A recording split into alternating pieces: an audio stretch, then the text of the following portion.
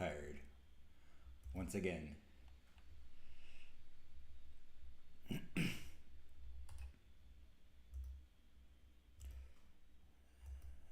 Somebody go tell people we're live. Be ready to go.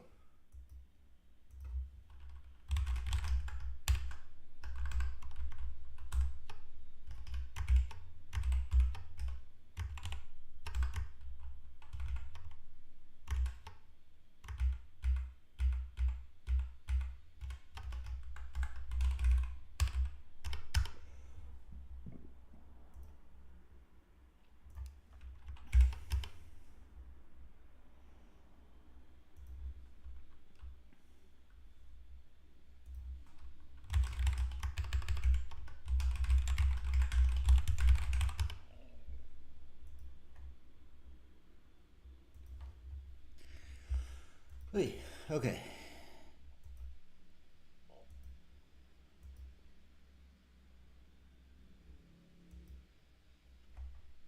Wish there was a way to get rid of that heart, but I suppose we'll have to make do. Let's see. Inspect.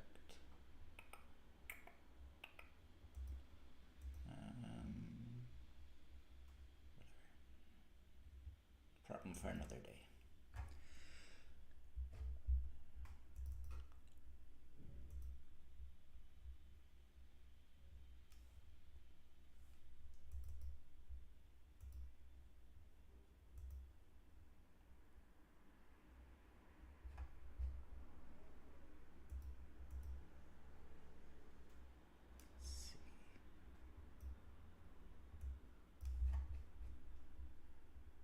Maybe if I go like this, there we go. Good enough. Okay, we are here today to watch some Sabre. And we're not going to talk about the cheating scandals, which I know about and I hate. And I'm so frustrated with, it's foil. I'm going to watch Sabres if I get some Sabres.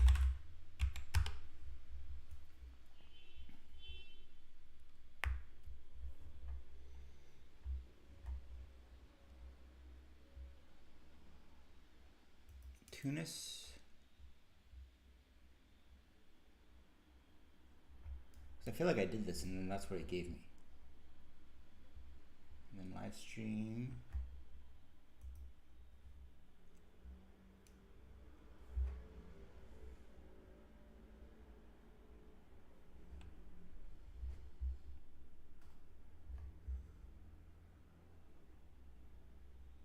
I see what happened.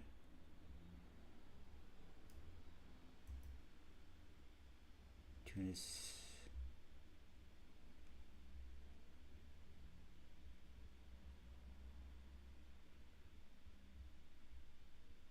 We missed it all already. No, there's just no fencing today. Seems like.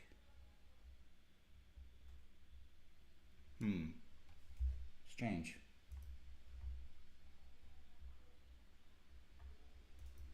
Senior men's Sabres fencing the individual round, and they aren't streaming it until tomorrow.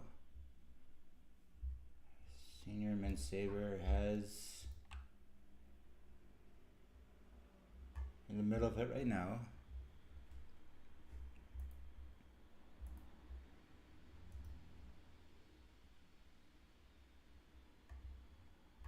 very strange.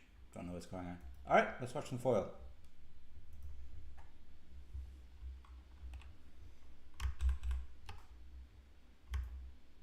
Which has no known cheating scandals, so that's always a step in the right direction.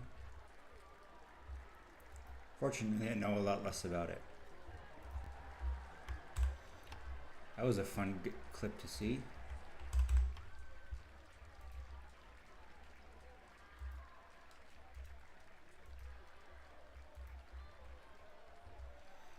It looks like we got a Brit making top 8 for the first time ever. So Snov. It'll be good for the Brits.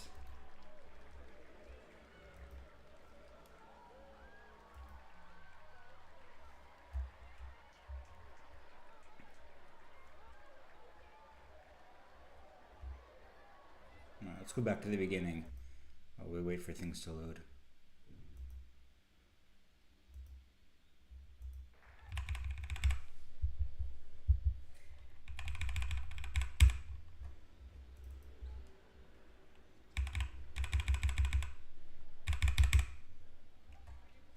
Alright, if you are entirely new to fencing, thank you for tuning in. Welcome to the sport. It's lovely, it's fascinating. I love it. Many other people do too. This is foil. If you can see that they're wearing the silvery vests, you gotta hit them on the vest to get a point. If you hit them off the vest, it kind of counts. You don't get a point, but you do get credit for the action. Otherwise, whoever has the initiative gets the point if both lights go off.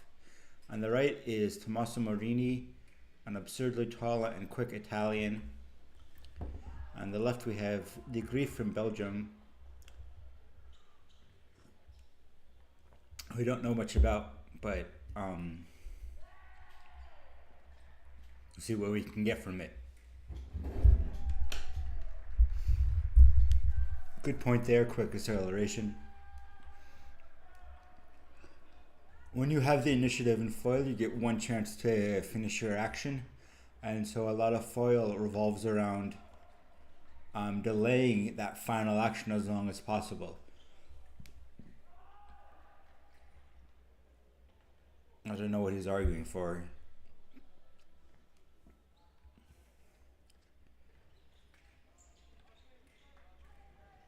That was one of the examples where De Grief hit off target, not on the vest. And so white light went off.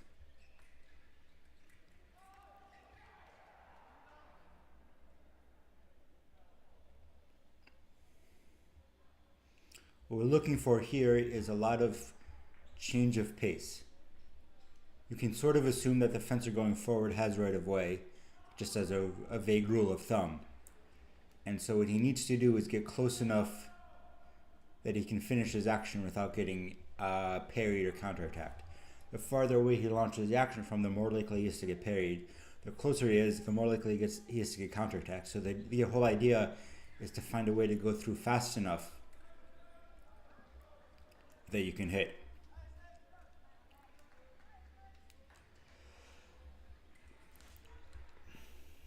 The defending fencer, the one going backwards, is looking to force that final action at a time they control. So here we see Marini going very slow forward into a quick lunge. And now we see De Grief building an attack, very slow, very slow. And even though Marini had the acceleration there, De Grief had already started his attack. So that so makes it a counterattack from Marini, De Grief's final action, his touch.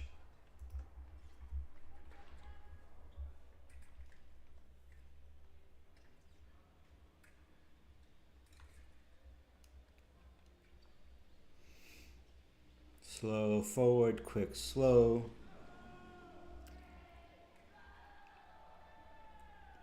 And then he says De Grief stops apparently, which is possible. They're getting tighter about calling that.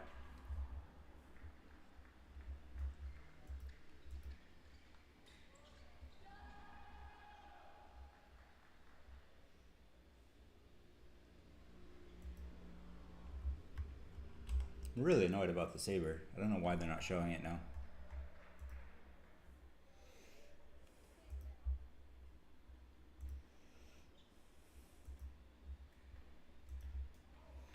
Okay. Got my tea today.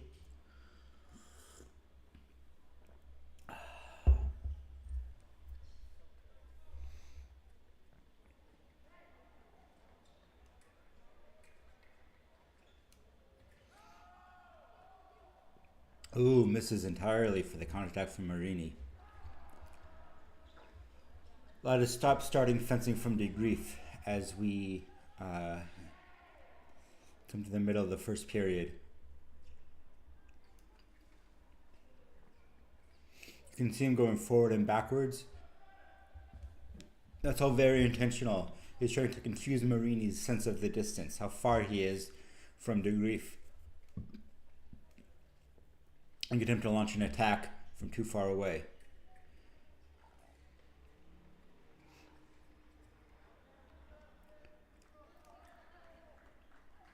Marini so long is using his extended arm to keep the Grief at distance, hoping that the Grief will come in too close. Simultaneous. So if both fencers go at the same time, neither one has initiative, neither one gets the point. Very rare to see a call like that in foil. Somewhat more common in sabre, although less so.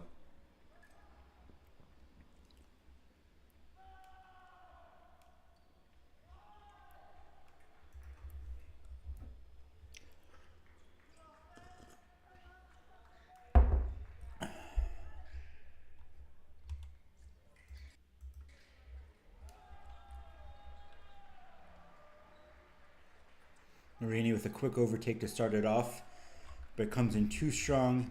The Grief finds the moment. This is what we were talking about, where Marini was overcommitted and the Grief got in the counterattack.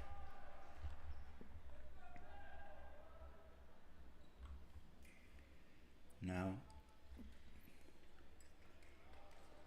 same thing in reverse. The Grief goes in fast, but Marini's got his arm out. The Grief runs onto it and he can't finish in time. You have like a quarter of a second or something, or a fifth of a second to get in. Another counterattack from Marini with the long, long arms.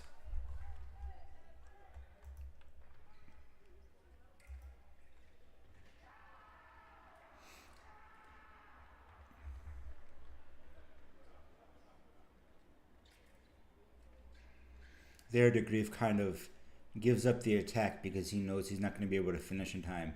And he'd rather work on the defense for another really, really good touch like that than try to finish an attack out of where he's just not set up for it.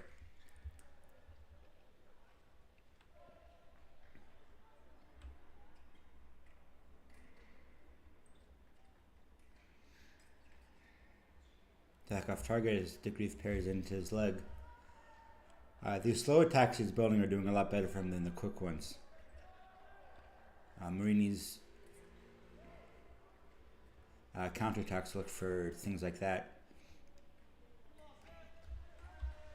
The Grief needs a more active blade there, I think, to get his point on.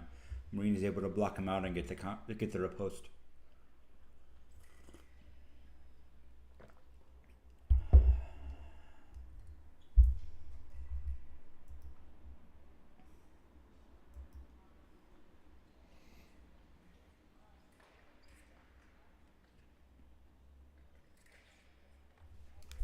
Close from the Grief as Marini keeps looking for the counterattack.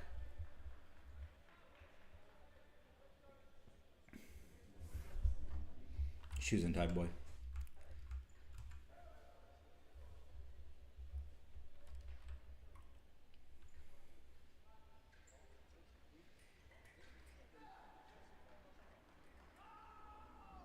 Ooh, just off target.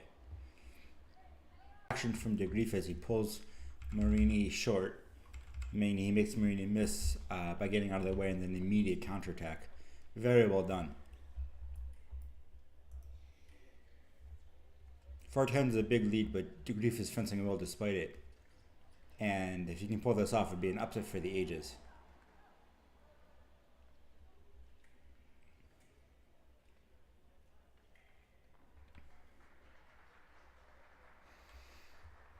The Italians all very good at fencing. Marini very good even among the Italians. Really good actions from the Grief. That was a phenomenally timed counterattack. Marini didn't even come close to getting his point on. But he just can't get his step on target enough, which is unfortunate.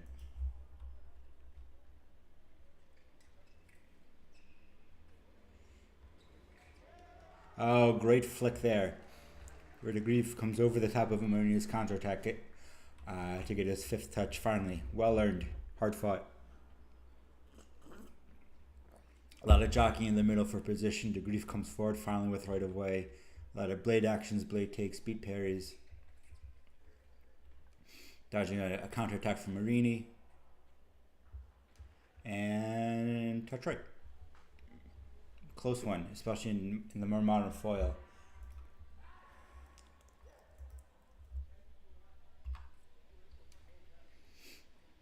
End of the first period. This is closer than it looks like. we had about 2 or 3 counters by Marini that really had no business going his way. Who de Grief to, excuse me, who de Grief just ran at him, and we had a couple of 2-3 touches by de Grief that he set up phenomenally well, and then just missed. But those are the margins you get at the top level. I want to see more good slow building actions from de Grief, and a bit more creativity and defense from Marini. I mean, he doesn't have to, but I would like to see it. It would be fun. The counterattacks are working for him because his arm is 6 feet long.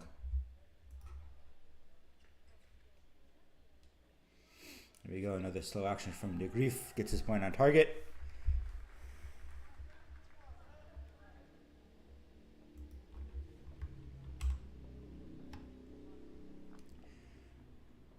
De Grief taking right away for a quick action, but he misses. Now Marini for a quick overtake as he pushes forward. But too quick again as de Grief gets the counterattack blockout. Hits the counter, takes the parry. Marini can't get a light on. Quick steps from de Grief to take right away, pushes forward. Can't quite get his point on, but he didn't really want to for that one, I think. Quick response from Marini. No problem for de Grief. Once again, he's on the attack, and he keeps it in Marini's side of the strip, off target, but still a good result overall to keep Marini pinned back. Quick finish from de Grief, very dangerous, but it worked out for him. Marini claims he was off the side of the strip, which is possible. I think it's a good touch, but we'll see. You get 2 video calls, and then if you get them both right, you get a third. I think is how it works.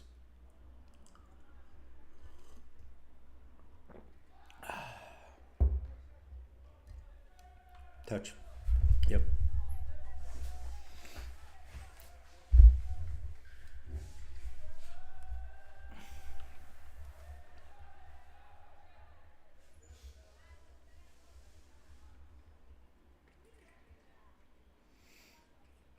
Grief once again taking the initial right of way. I don't know that we've ever seen Marini, maybe once or twice, get right of way when the ref calls fence. So it's a good win for de Grief that every time he can get one of those. But Marini takes over, gets a counterattack, 12-8. Yeah. That time, even though they both went forward, de Grief went straight. Marini pulled his arm back and then went forward, so attacked de Grief. Very saber style touch. You don't usually see foil calls needing to be split like that.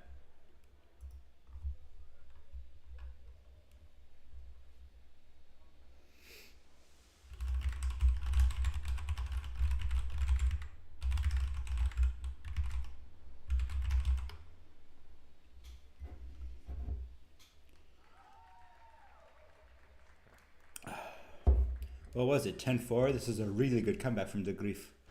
I'm sure I'm not pronouncing his name right, but it's fine. I don't know what I'm doing. Just randomly hitting keys. So now Marini needs to go get his touches. Yeah, stop from de Grief. Marini quick takeover. Well done. I really want to see Marini being more aggressive. He's only got a couple of touches to go, so he might phone it in till the end. But I really want to see him put in the effort to take right of way. As de Grief runs him over and lands off target.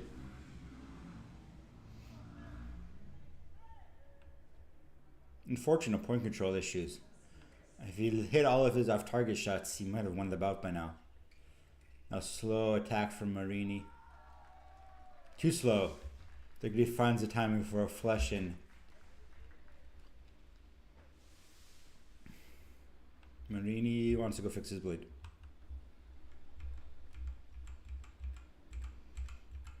Slow early going from de Grief, but he's really gotten Marini's number here.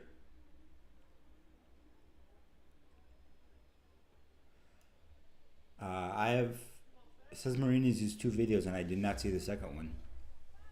Strange.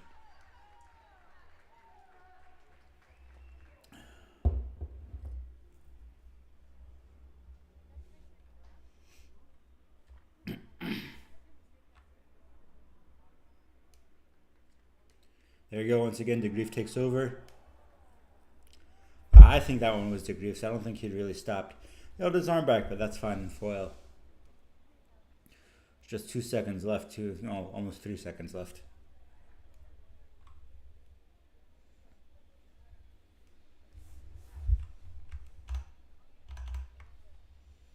Hello, Fritz and Liz. Glad you guys could join us. Me. Just hanging out here, drinking some tea, watching some foil.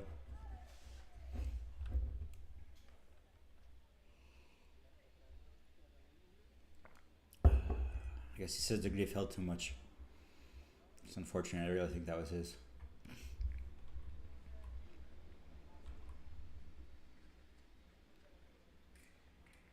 Ooh. De Grief a bit too eager, could take a good parry, goes for a quick riposte, but doesn't commit deep enough. Ends up flicking Marini right on the thumb, it looked like. That's painful. Just to know a guy who would do that like all of the time, and with an epee too, which is a lot heavier. I am drinking a ginger curcuma turmeric tea. That would be much better if I'd put some honey in it, but I've had too many sweets, so I'm going for the sad, lonely, healthy option. By the way, if you are cooking and you want to try something new, honey and turmeric is a phenomenal combination of flavors. Highly recommended. As De Grief, another long attack, another quick riposte from Marini, then De Grief once more starts building. That slow attack. Marini just, force of will, takes it back over and hits into finish. Well done.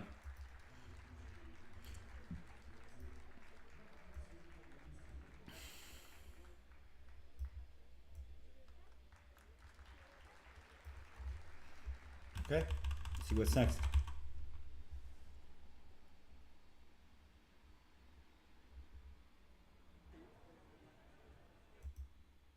That looks like fencing.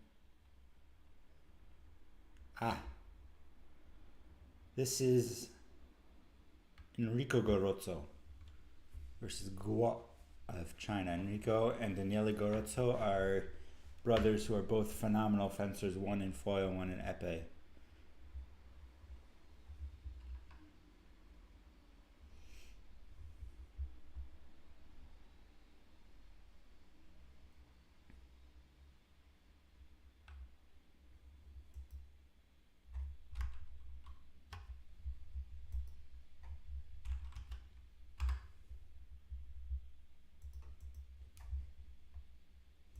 Once again belabored by computing issues.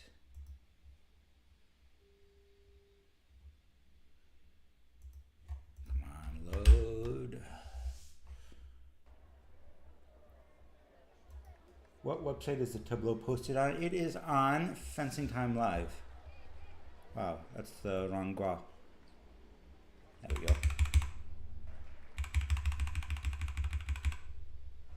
I believe, but you can find all of the tableaus on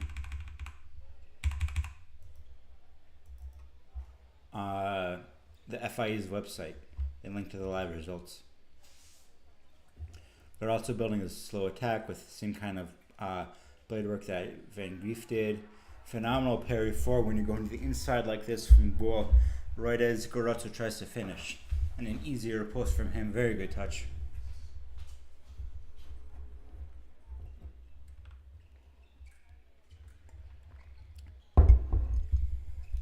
Gorozzo hugging the edge of the strip as he builds his slow attack. Quick advanced lunge that Guo dodges as he builds his own attack.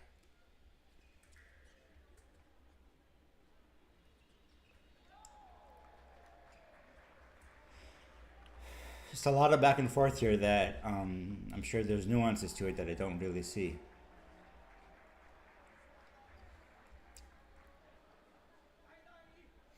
Both fencers keeping very good distance and just waiting their time, biding their time for something to happen.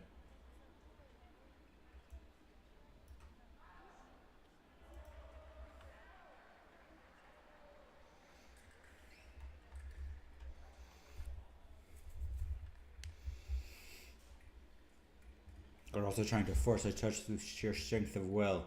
Hoping he can get in close and get Guo so confused he misses the riposte, which he did, but then Garoto couldn't get his light on. Wow, I thought that was 2 actions.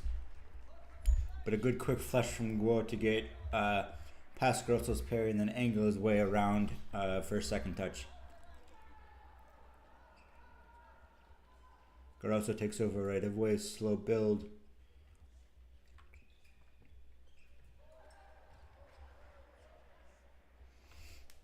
Gordo is really good at that, ducking in 4, just not presenting a lot of target for Garoto to hit.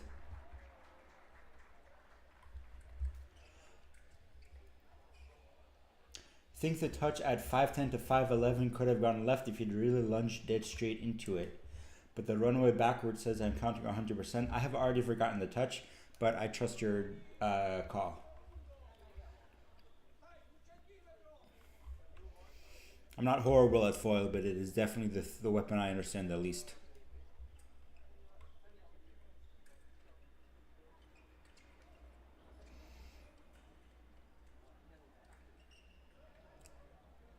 Garoto off target, trying to come in with a weird variant of absence of blade, where instead of holding his arm back so Guo can't hit it, he's holding it way out to the side, so you can still get a quick angle in, and Guo still can't hit it.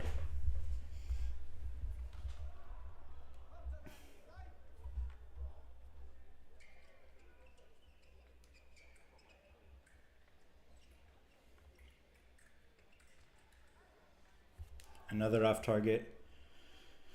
Was really playing the squirmy game really well, where Garoto just cannot get his point on target no matter how well he builds an attack.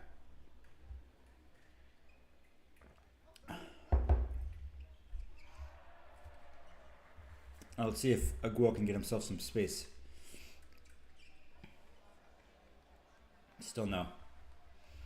Garoto very...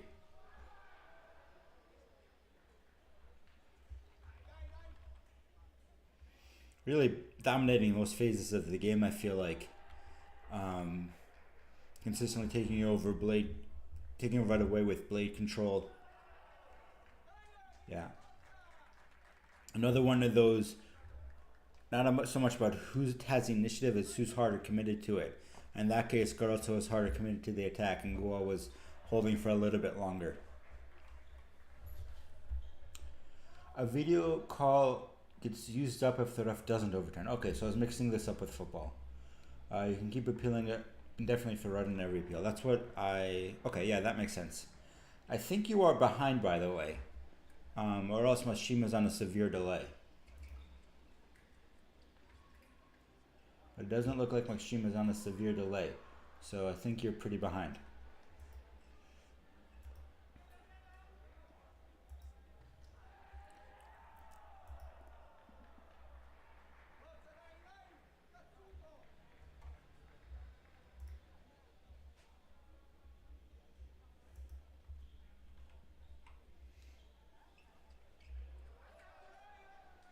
Yep. Same thing in reverse this time. Guo, both fencers took a step forward, and then Guo lunged, and then Garoto lunged a little bit after him, which makes it a counterattack. So touch Guo.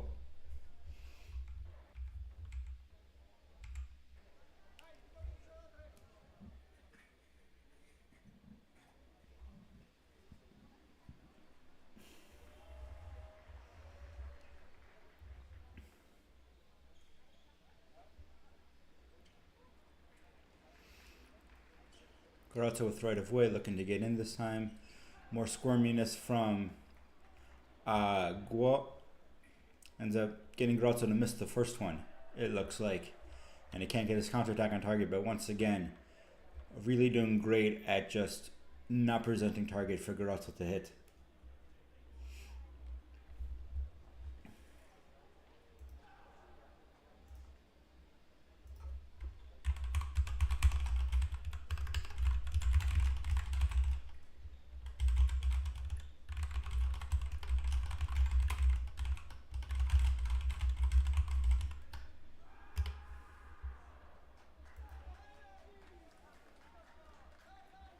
I don't know about that. but I guess he thought it was close enough.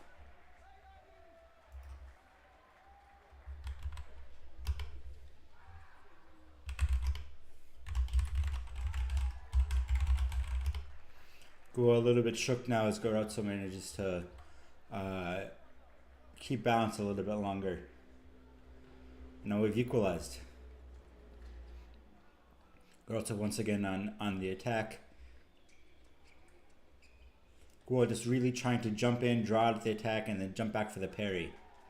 Gorotsu sees it coming this time, and then plays into it, sets off the trap, but holds his attack short, so Guo jumps back for the 4, and the Gorotsu does his real finish with the disengage.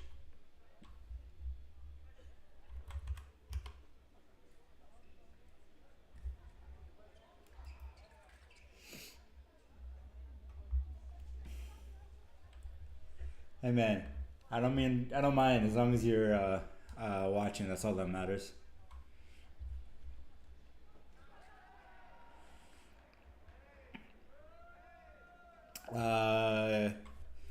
Video appeal from Guo thinks he was ahead, but looked pretty simultaneous to me.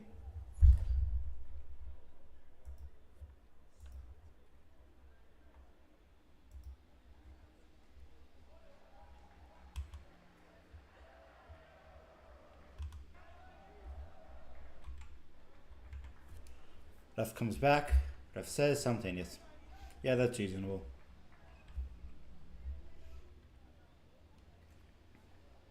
We're very honest. Somebody mark this for sportsmanship later, as Guo admits that he uses video appeal and lost focus again. I think he was very late on that, and this time Gorotsu just went straight, and it's exactly what Guo wants. He wants that straight attack into his 4, but he was very late on the 4, too far extended or something, overcommitted to the fake counter.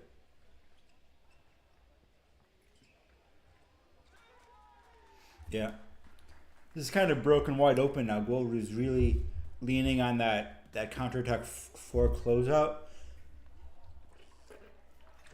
Gorotsu has finished it out, has figured it out, and Guo hasn't managed to find a way to change it.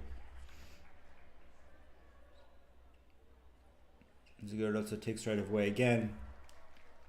That's a good adjustment. This time, Guo has noticed finally that Gorotsu's not jumping on the counterattacks, and so he makes a real counterattack. And Gorotsu's still waiting for the 4, but that never comes because Guo did a counterattack.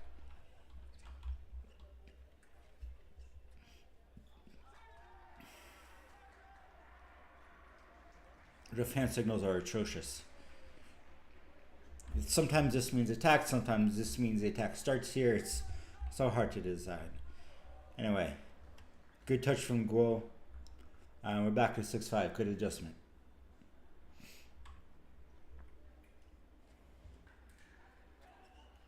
I think he hit the floor that time. Something. Very wild blade work. He thinks he hit the floor too. What I like there from Guo is that he's trying to take over right of way initially, instead of letting Gorotsu do it and try to get the defensive touches.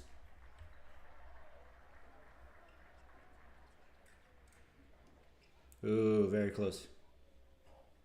Off the side of the strip from Gorotsu. 34 seconds left.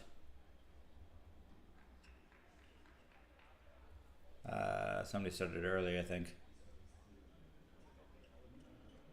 There we no. I really thought Guo was going to start a long attack there, but he gives it up and lets Gorotsu go. Gorotsu searching for the blade. What that does when you're on offense is gives you right of way for another tempo. So you beat, and then it just means you're not going to get counterattacked that tempo, because if you hit and the opponent hits, it's always going to be your touch. Just another option in the toolkit. As Guo builds a long attack. Very good from him. Hops, hops, hops, hops. Gorotsu falls into the pattern of the hop. And then, but Guo keeps hopping at the same tempo, but the distance of each hop is changed. So Gorotsu ends up too far away, counterattacks, what now, because of the tempo, the distance change, has the space he needs to block out, to parry and riposte, and so that becomes his touch. Very high level. That was a dirty, dirty finish. Yeah.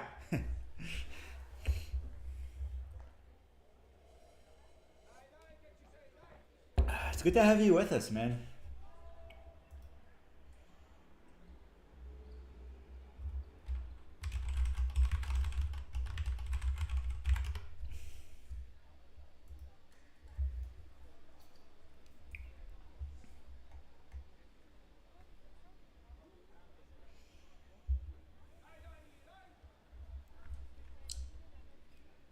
We are tied up 2-1-0.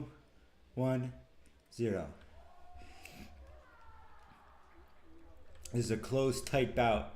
So we head into the second period of the T64. I got nothing to say.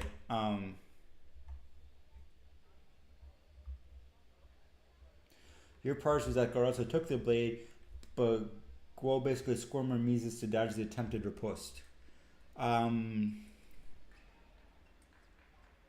And that one long on Guo's sixth, I don't think so. It really looked like Garazzo took the blade and then Guo took it back because he had the extra distance.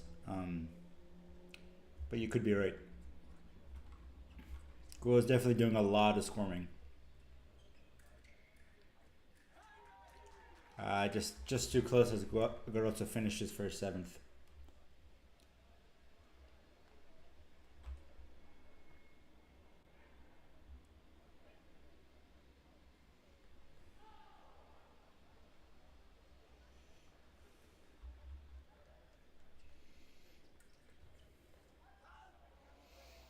Another thing, I really want Guo to push harder after fence.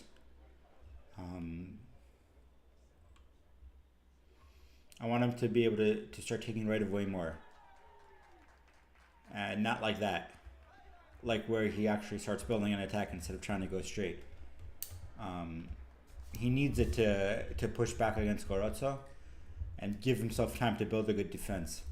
If he lets Garazzo take over from the midline every time, like that, where he just stops in the middle and waits, it's going to be hard for him, I think. Here we go. Nope, he's got to get past. What is he saying?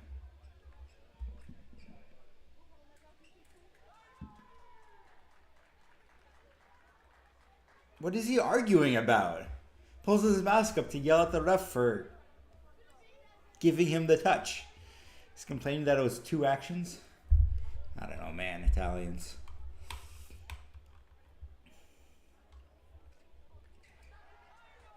Yep. Holding from Garazzo. Guo goes in.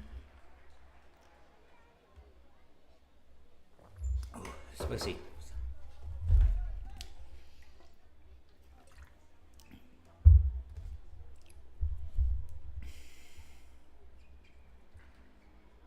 Ooh, off target from Guo. Yeah, Italians being Italians.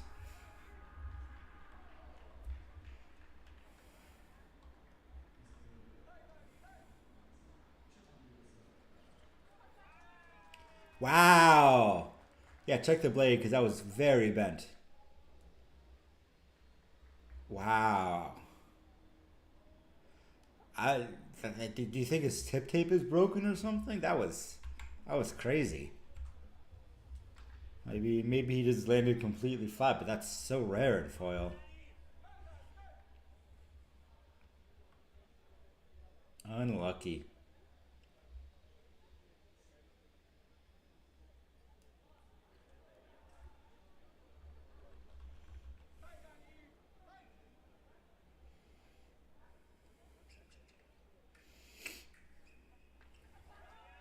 Yep. That's the kind of slower attack I wanted to see from Guo. And I hope he gets a few more. Too eager of a counterattack from Garazzo. Guo still has time to finish. Good touch. Let's hope we get more of that. If we can get Garazzo down even to his on-guard line, even if he doesn't finish the action, it'll be good for him. Make his fencing a lot easier. No line? No line. More blade issues. I don't know. Always make sure your stuff is fixed and ready before the tournament starts. That's all I can say. All right. Here we go. 10-8. 2.5 minutes left.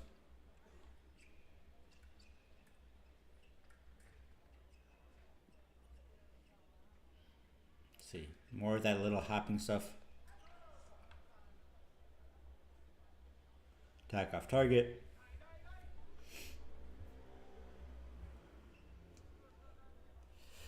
It's going to be very hard for that to keep working, I think. He's got to really instill some fear into Gorotso for those hops to have much of an effect. Otherwise, Gorotso will stay so close that they're just not going to. There just isn't going to make a big enough difference in the distance. I think that was attack. Whoa, I think Gorotso is calling for video. Looks like he hopped back a little bit.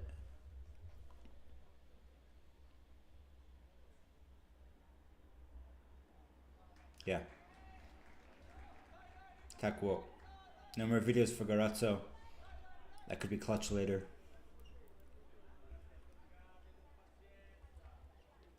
Gorotso once again taking over right away from the start.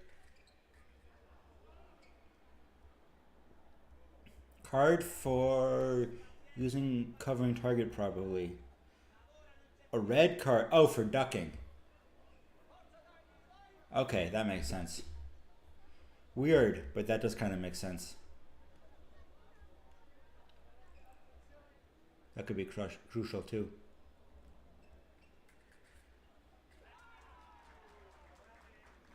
A good delayed repulse from Gorotso.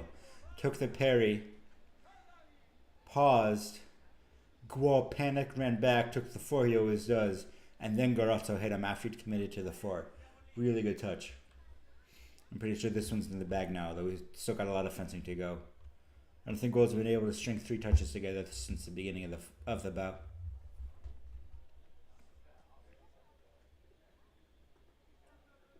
I think we're on our 3rd foil too.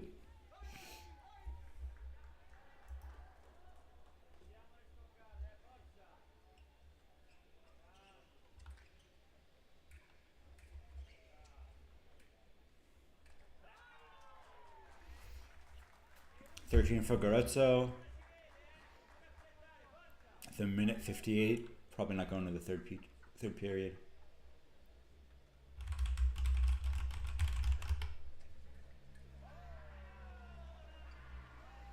Good attack. Sort of the latest possible blade take.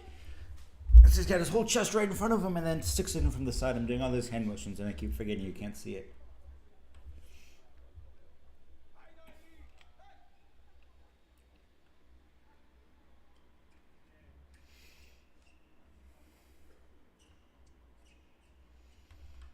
I think really who has right of way off the line is an important question that would be really useful for somebody with a statistics website. Gorotso wants the card for covering in addition to the touch, and that would end it. But I don't think the ref's going to give it to him, especially because he doesn't have any more video. I think that's a good question for foil and saber. Ref says fence. How often does the fencer get the right of way? And I think that would be a really useful thing to do. Hi, TPR. You're excited to see foil. Well, you're tardy and therefore you missed the T part of the stream.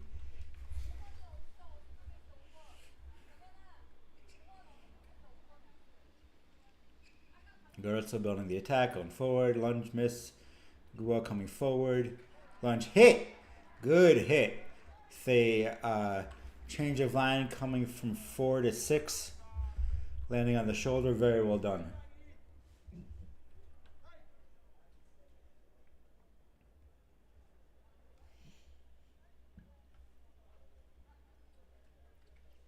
Gorotso once again taking over. Ooh, off target. kind of landed on the mask, I guess. I feel like it's like face-off percentage in hockey. Where if you can get up to like 55 or 60%, it just becomes a really good stat to have.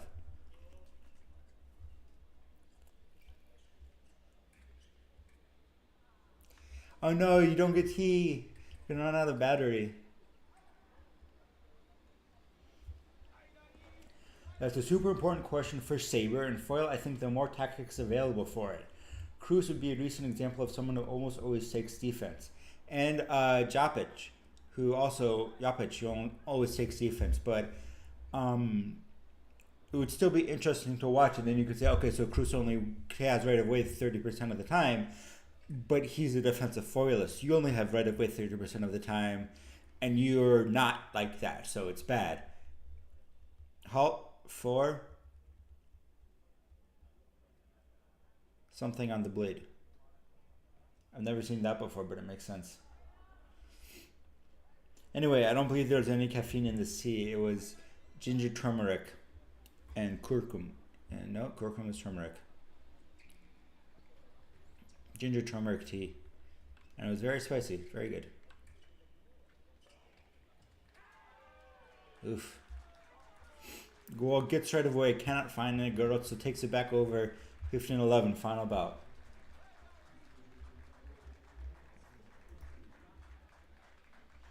You're substituting with hot chocolate. That is a great idea.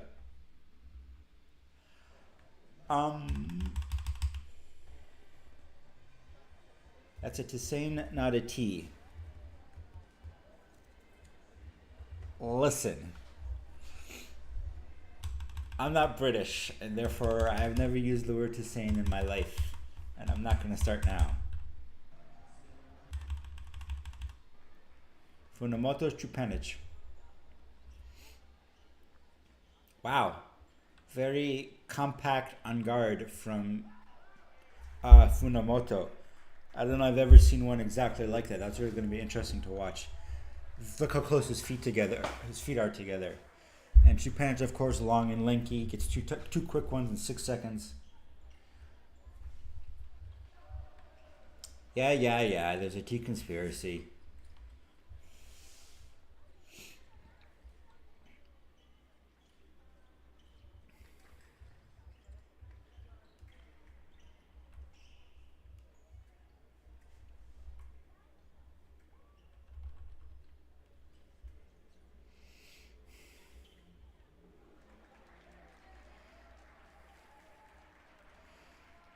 Ooh. Good counterattack from Funamoto with that quick mini flush blockout into 4 that we saw a bunch at the beginning from Guo before. Wow, Chupenich's feet are like 2 feet wider apart than Funamoto's. I feel like Funamoto's on guard stance is something you see when sabers are itching to get off the line. Some of them. I think the modern high-level sabers end up with a very wide on guard because they want to take a very short step as fast as they can and then explode into the lunge. But, yeah.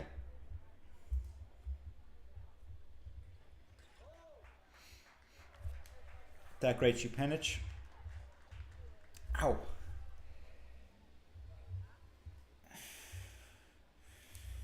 All my joints are broken. That's not even one of them that's supposed to be wearing out. Loose blade from Funamoto.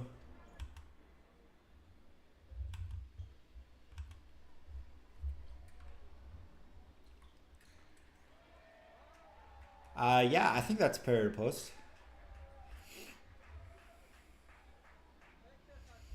I definitely look like a straight direct action from Funamoto. Really good. There are a lot of really good Japanese foilists on the women's side.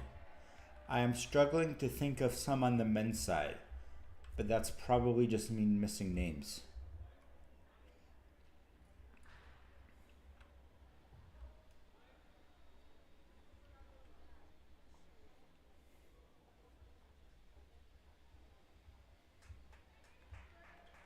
Wow, I don't think I agree with that call. Good jump from Chupenich. Funamoto accelerates, and Chupenich accelerates into that, closes the distance much faster than Funamoto expects. Another good single leg for him. Funamoto now tries to predict that and misses. Ota is the only one you know of and he's retired. Yeah, he was so good though. Ooh, I think Japan's almost just missed that. Funamoto gets his second. Funamoto's working very hard, but I think he just doesn't have quite the flow he needs to fence foil at the top level.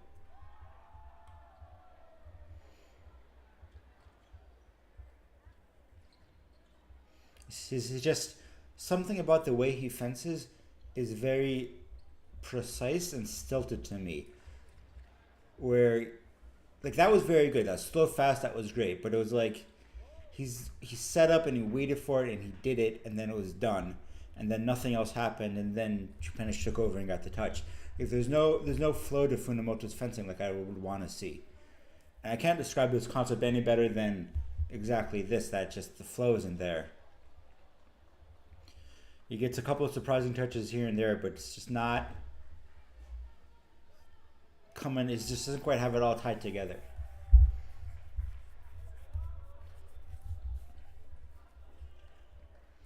Chupenich, of course, phenomenally good at foil, one of the best in the world right now, and has been for a while.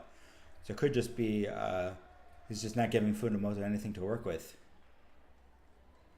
But it's like that was a very early attack. Funamoto's immediately jumped into flesh, miles out of distance. Maybe helps.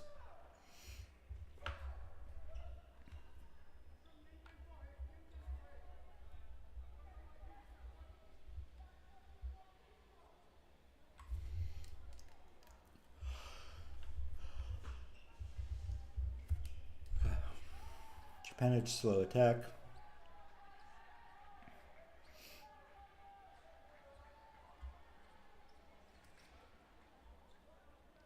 There's no build up there. He went right into the flesh.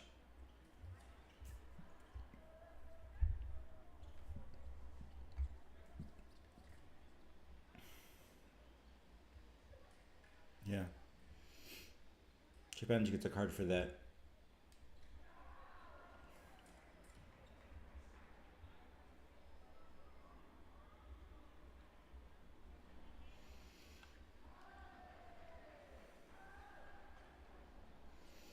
I'm gonna pause after this.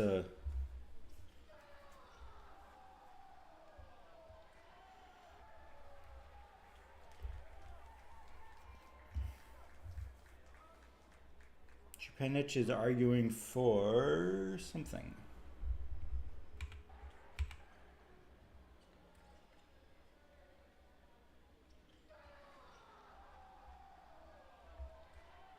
I'm not sure what he's trying to get at there.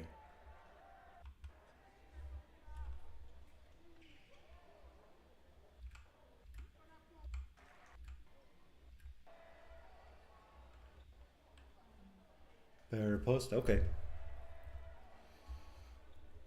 Legitimately not sure what he's talking about, what Chupenich is arguing for.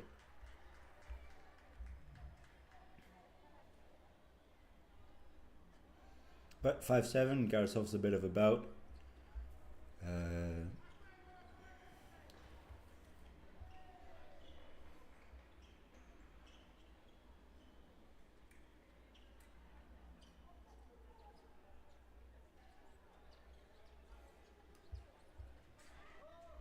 Attack arrives. Chupenich could do more with his stuff. I think he's got the control to run Funamoto over.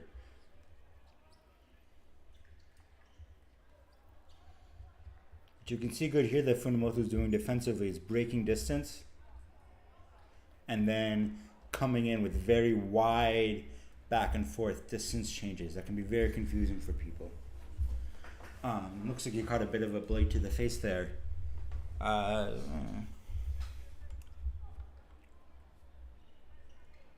Actually, I guess it's going to annul the touch. Really thought Chupenich got a hit there. Good from Funamoto. barely avoiding a hit.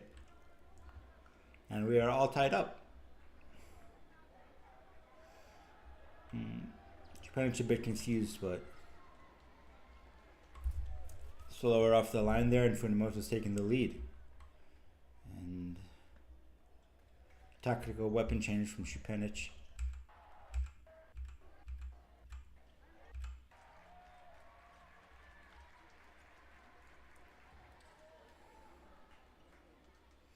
Yeah, Chupanich still coming forward.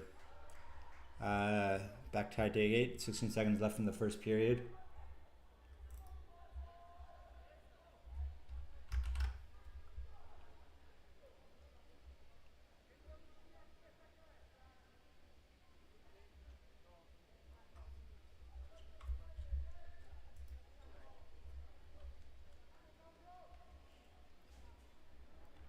Quick touch from Funamoto there.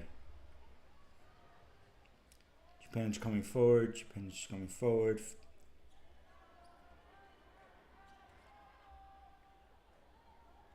Off target, probably on the arm somewhere. Epi has switched the hit the arm that reliably.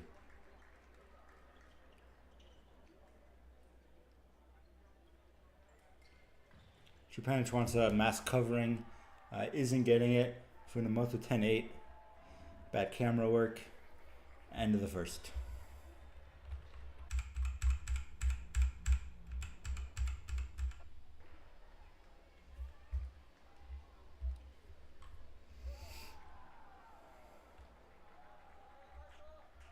I guess Funamoto found his flow.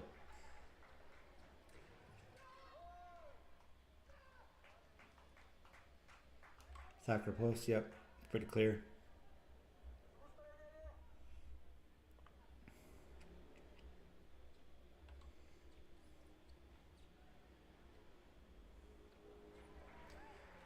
Going back through Funamoto's FIE page, this appears to be the best he's done at a non-satellite event since 2015. That is a long time. Well done for him. Another off target for Chupanich. Not willing to push Funamoto because he's scared of that flesh, but just barely going forward enough to keep right away.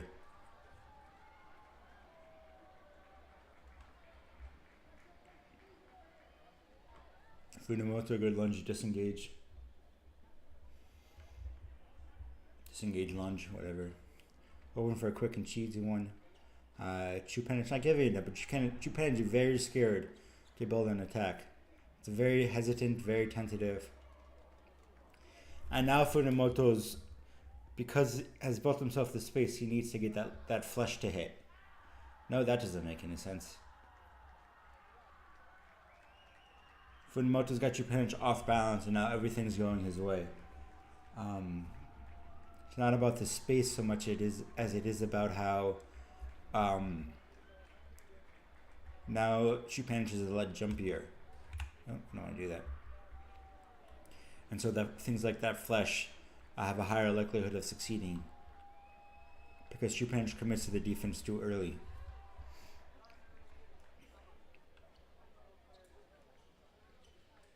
There we go. Now Chupanich found his nerves, gets in close, finishes his lunge, as opposed to landing off target onto the arm. That's really good. Oh, 41st and 54th, or 19th and 41st. Let's see some camera work.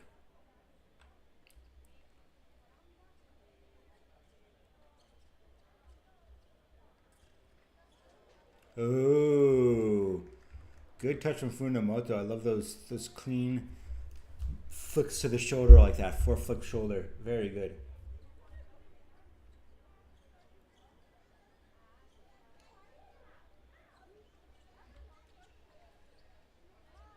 Opponent's just completely giving up right away there for no really good reason. He's not sure what to do about the Funamoto counter flesh, which is not a great position to be in when you're down by 2. Another attack out of distance, landing off target. This is all going Funamoto's way now.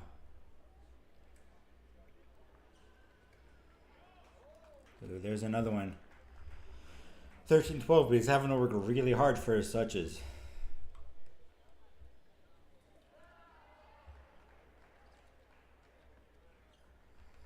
Can't work is giving me the willies.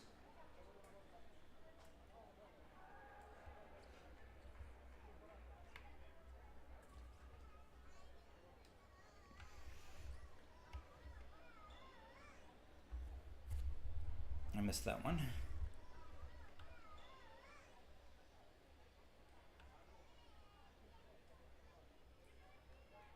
Who's the guy on the side there? That's weird. I think the reason he's giving up is that he pushes fast, he gets countered. If he goes from far, he gets riposted. So push, give up, and aim to do something on defense. Yeah, that's accurate. But it's not really working out for him. Because Funamoto is just giving up on offense as well. Which is weird. But neither one of them is really willing to commit to an attack. I think that was Chupanich's beat.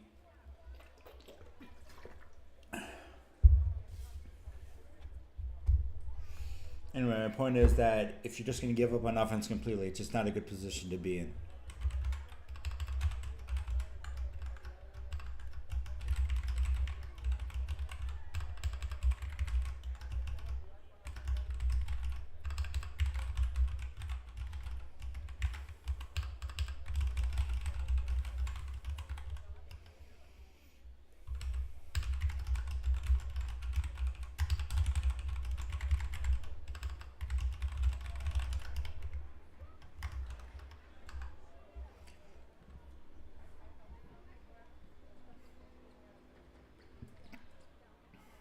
Early counter from Chupanich doesn't land, but does kind of negate the whole Funamoto attack.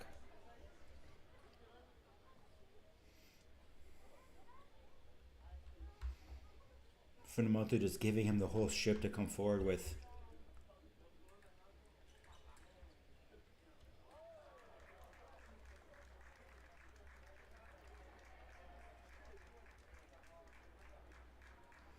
Chupanich really wants that head covering call. But he doesn't have the video for it. Both giving up on offense is kind of common in foil in my experience. It's not uncommon to have two fences who are both more confident in scoring while defending. Also depends how disciplined the opponent is. Yeah, this is why nobody likes foil. Because it's a defensive slogfest.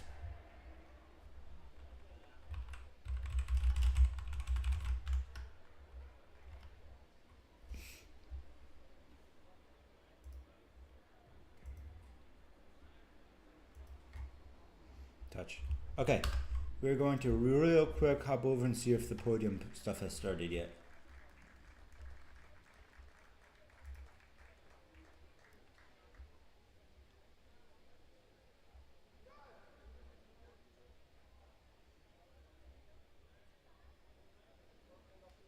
Doesn't look like it.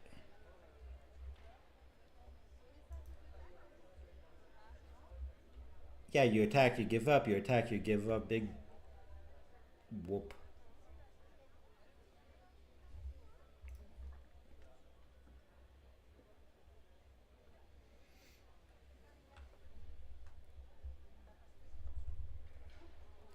Am I seeing this schedule right? That the podium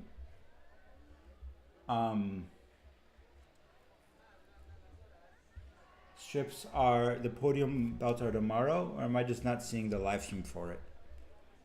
I want to see 4 live ones.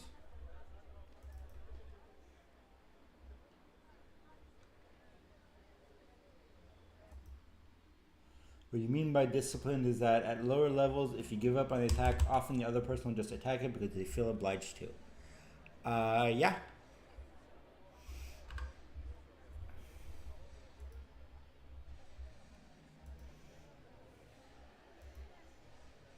At least when epists make an attack, they commit to it.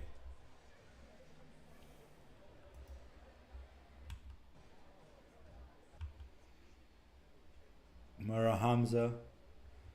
Gonna be interesting watching him fence.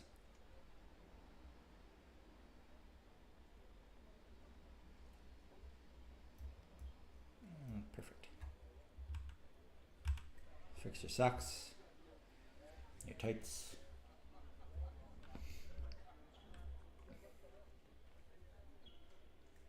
Also seeing semis and finals schedule for tomorrow. Okay, good. So we're not missing anything. I mean, we're missing all the sabre bouts, but those are not streamed today for some reason anyway. See, that's a really good example of a speed change, where Hamza just goes slow, and then smoothly into the fast attack, the fast flesh. And that kind of smoothness is what I was not seeing from Funamoto, especially in the beginning of his bout.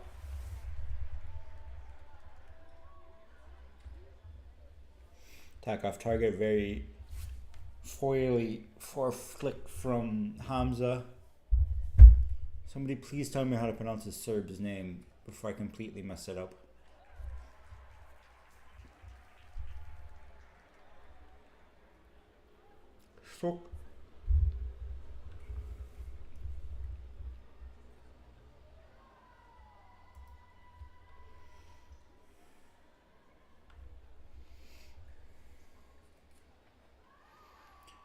Parry post off target from Hamza. Anytime you see like a clean action like that in foil, it's so pretty. Fortunately, you rarely see it.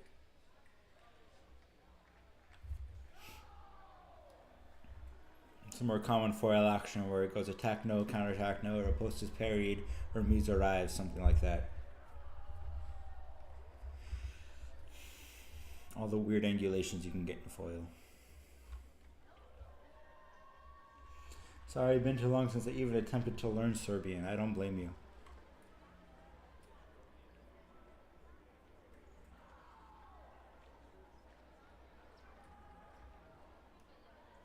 Halt. Step back off the ship.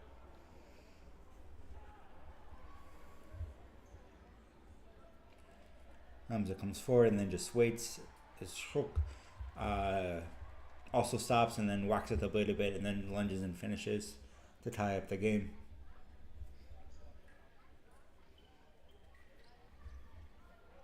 My favorite foil story is that the last time I fenced foil at a tournament, I got this guy who's clearly much better than me at foil, and he attacked and I did a parry post, and the ref called it my parry post and he thought it was his beat, and he got really mad at the ref about it, and then he got really mad in general, and then he tried to prove this point by doing the same touch 14 more times, and I got 14 more parry posts and one about I had no business winning, and he got so mad about it.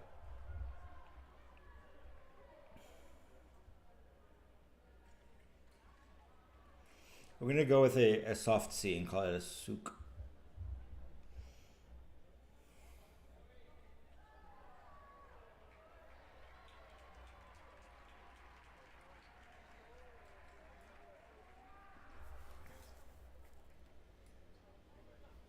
Both fencers jockeying for position.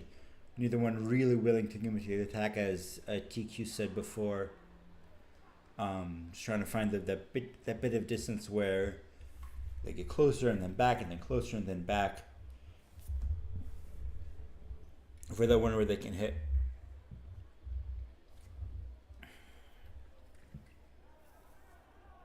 It is honestly very similar to what you would see in épée, except in épée you would find right of way to determine less by who attacks first. What do we got? Parry post, I think? Yeah, parry post. Where the left decides who attacks first in foil, and in épée you would have just whoever attacks first manages to get the lockout to lock out his opponent.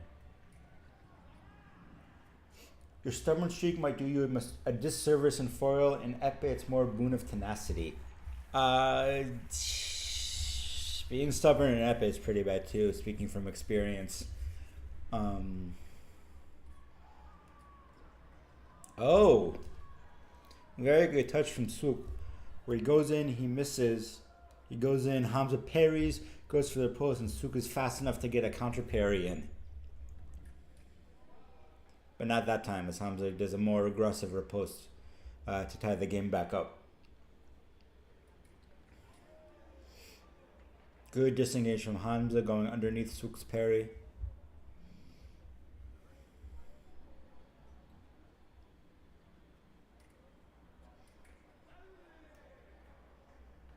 Another one where Hamza disengages and hits, and Sook actually I think managed to find the blade, but just couldn't get his point on target in time. And now Hamza's really got his number. That's 3 really quick ones. The good flush in.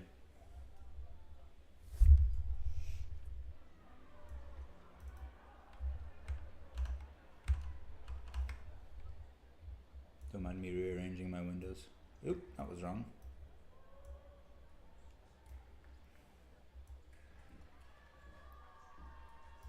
There we go, that's better.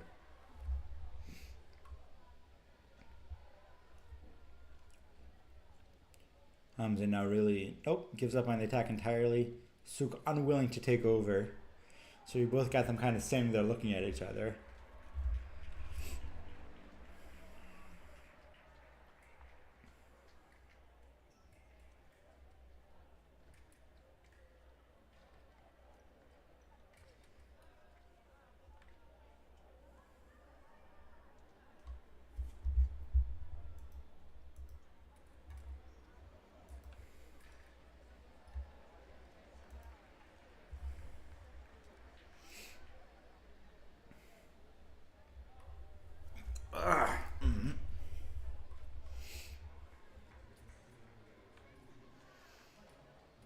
Uncommitted riposte from Hamza, no footwork involved, so he falls short.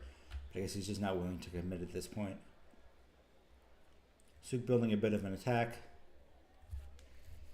Nice long lunge.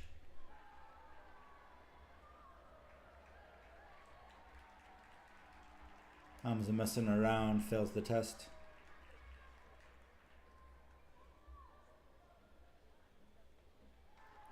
Another tactical blade switch.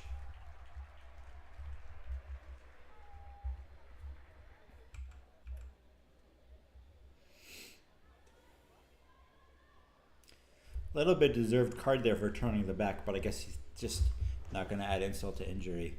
35 seconds left in the first, 9-4 to Hamza. Really broke this one open. It was good, close to 4, and then 5 in a row.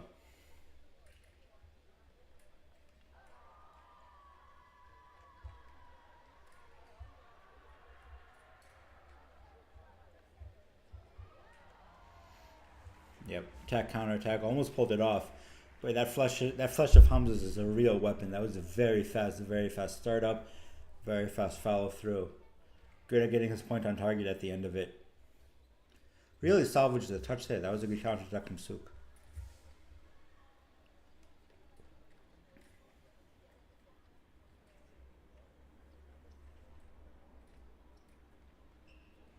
And end of the first.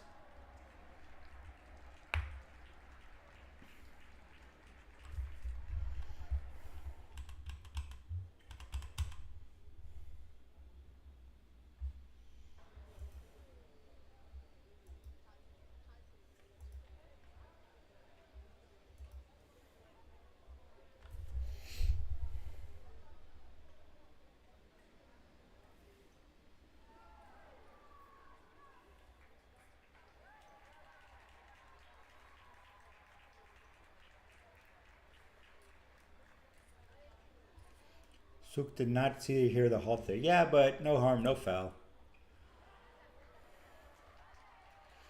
Parry from Sook. Hamza tries to squirm into the remise.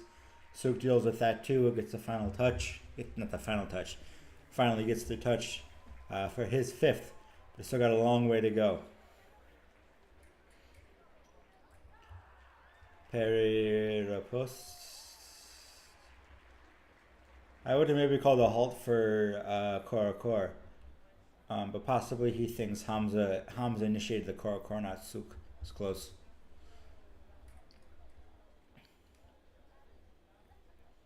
Lunge from Sook there, really more designed to get a counterattack from Hamza rather than actually hit.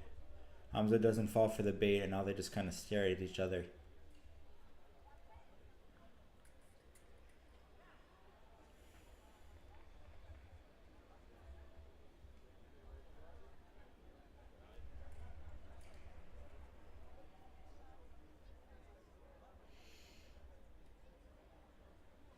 Ah yes, fascinating fencing. You never see anything like this.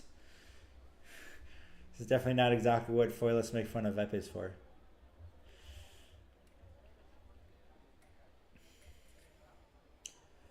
What I think they should do, is change the rules so that off-target lights do not reset the passivity counter in foil. You score a touch, or you get a card. You have a minute. You should be able to do it.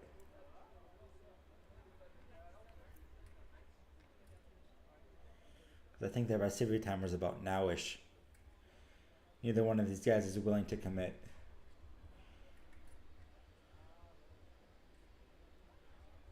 Good parry from Hamza, but just does absolutely nothing with it. Waiting for Suk to come forward. Suk just not willing to do anything. Lazy lunge from Hamza. Off target. We're well into the passivity time. It's been well over a minute since there was a touch. But we're just, everybody just hates on epee.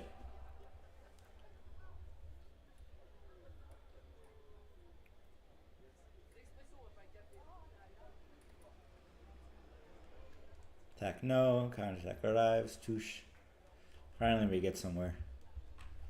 11-6.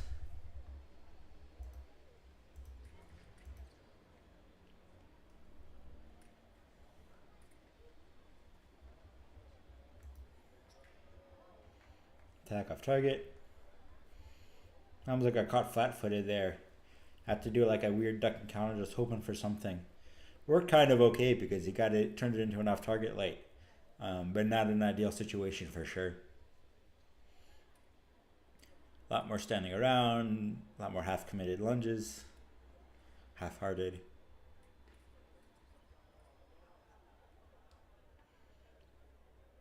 A lot more weird angulation. It's gotten pretty bad, honestly.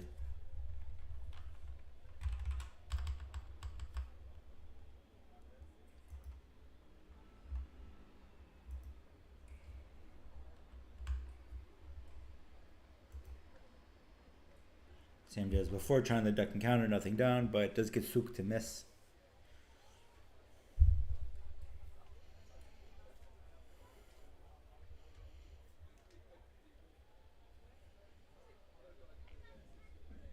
This is seriously the worst of foil.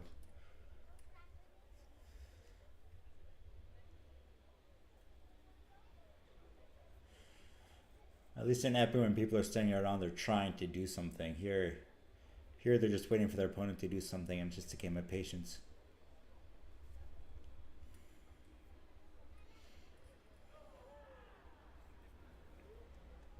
Yeah, attack arrives, parry was late.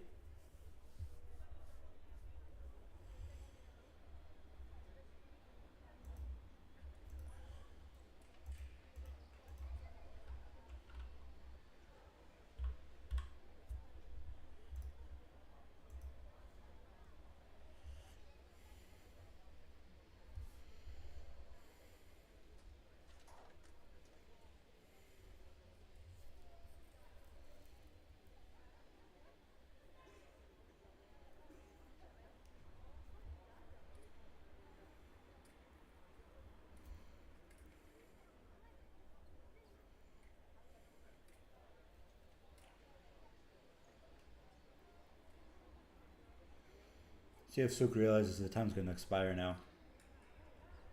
I guess he doesn't need to because he gets the touch. Good block out of Hamza's attempted counterattack.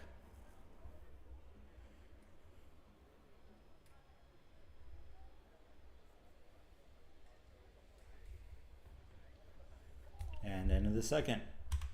What I really want to see is somebody doing something offensively. That's all I want.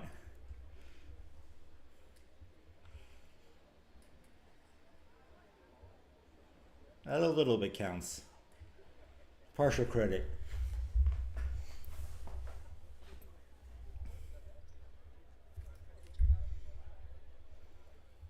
Target there. Let's see if we can get it out of the middle now, boys.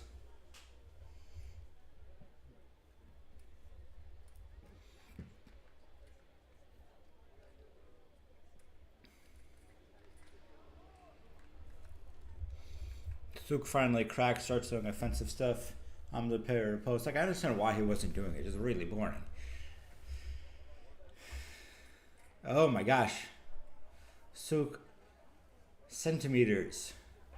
Probably maybe half an inch from getting a touch there. Partial credit is still credit. Partial credit is still credit the same way. An off target hit is still a hit. Suk gets his 8th, but much too little, much too late.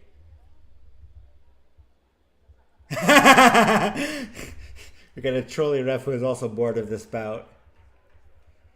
I don't know if I see that, but it doesn't really matter. Hamza literally doesn't even bother moving when the ref says fence. Just gonna stand there.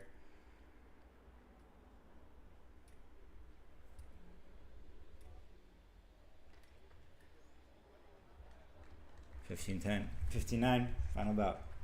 Suk, you're like a whole head taller than Hamza. Hamza's very fast. Hamza's dad is banned in the US right now. Not that his circumstances of leaving were good for anybody involved. Kano, a different Kano versus Sauer from Germany. And Sauer very good. I don't know how good this Kano is. If there's anything like Kano Koki, this is going to be a real good bout. There's not a lot of people like Kano Koki.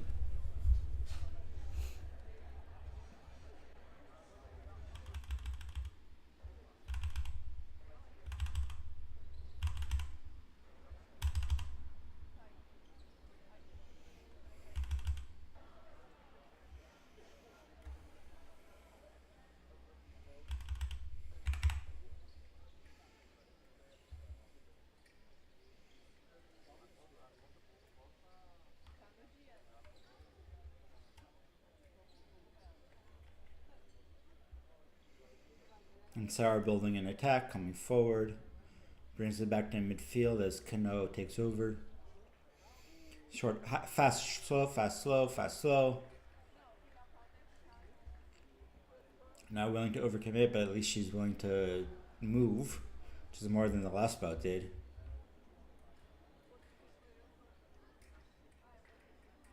Ooh. Good situational awareness from Kano, but off target.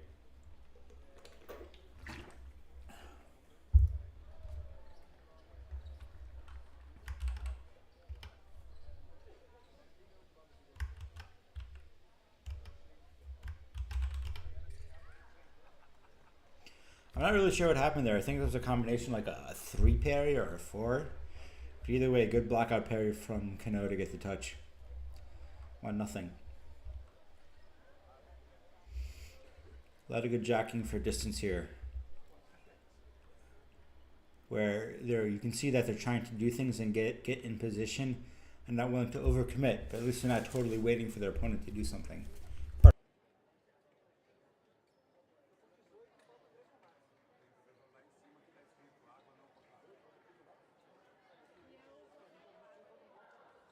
I think I'm allergic to boring fencing. That last bout really got me.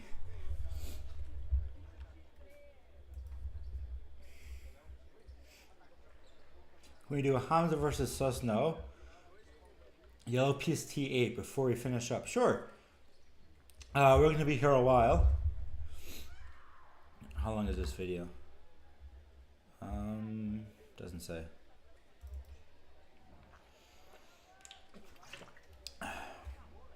We're going to be here a while because I'm having fun talking with you guys. And we'll see what happens. But we'll definitely get to that one. Ooh. Good attempt by Kano, and again she lands flat. I guess she didn't land flat again, but somebody did before.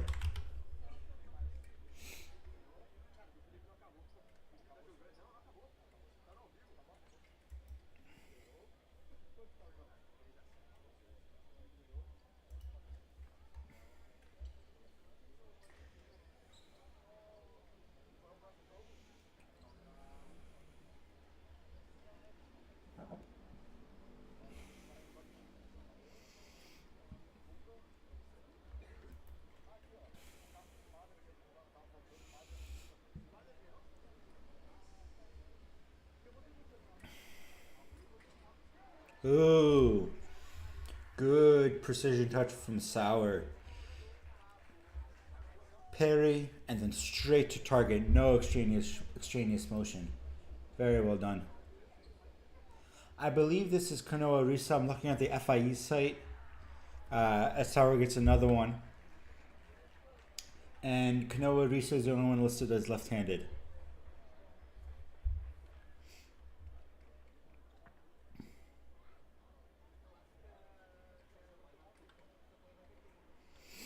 See?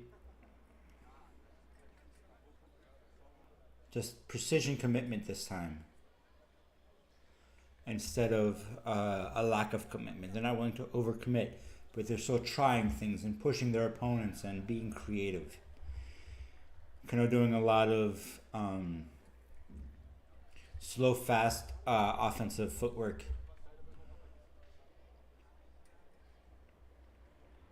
So are really trying to find the time to hit in between those.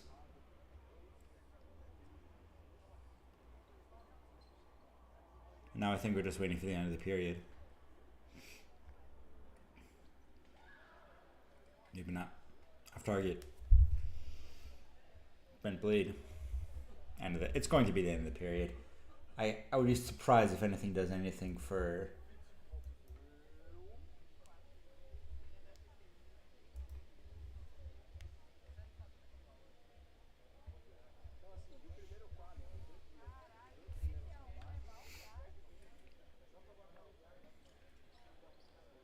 Yeah.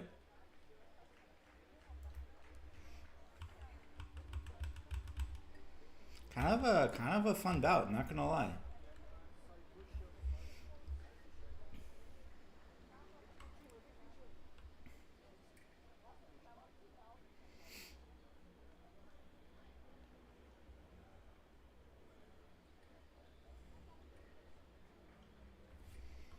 Sauer coming forward, just slowly and carefully.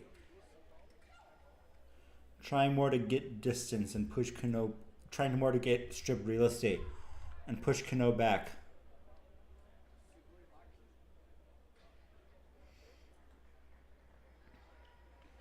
Yellow card for turning the back.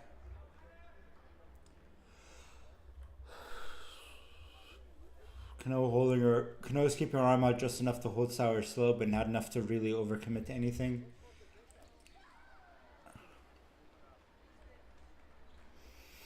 Tied up now as Sauer looks for the video call, probably because she thinks she got a parry.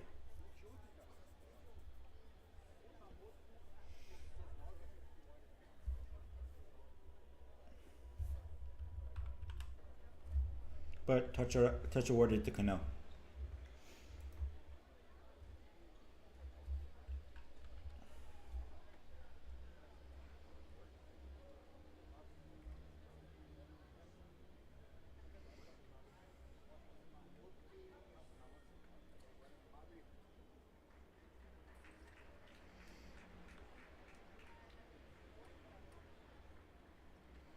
So see, there's the fast, and she comes in close, and slow and creates a lot of distance. And then fast again to push, just to keep Sauer off distance, off balance. And it really, worked phenomenally well there. She didn't get the touch, but Sauer had to stick her hand back to catch herself from falling over. And if your opponent falls over, you're allowed to go hit them while they're falling. You get to finish your action. Sauer finds the blade there, takes over. Some kind of a slow launching attack into an advanced lunge. Off target with a parry from Kano. Kano very close to the end of the strip to be willing to give up right away that easily, and Sauer takes advantage of it. Parry post for her third.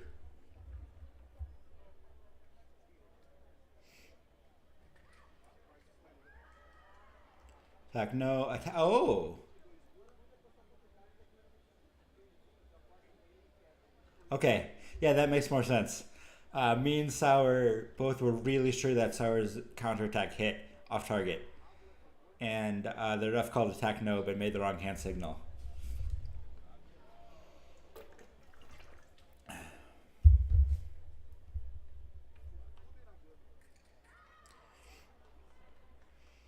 Kano's long, slow build-up has finally paid off in a touch.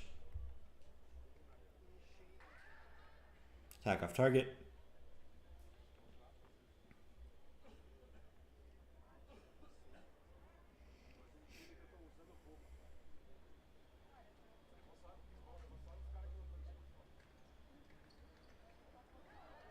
Ooh. Kano gets a little bit too eager as we end up at Sour's end of the strip, and goes fast and just stays fast. And Sour finds the timing for a spinning counter attack for her fourth. Very good touch. You're glad that even at the FIE level, refs still make wrong hand signals. I'm almost convinced that it wasn't the wrong hand signal. She didn't see that Sour's light went off. But yeah, at least she's honest and admits her mistake. We got a video from Kano this time. Let's take another look at that.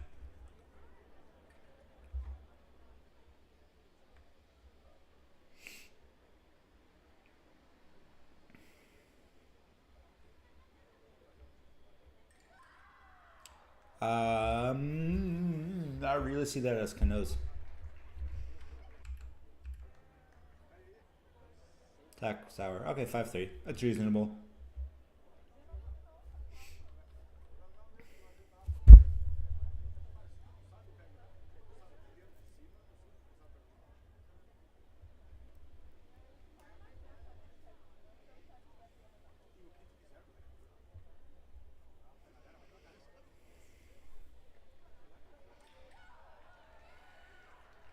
Sour finally gets a good attack off.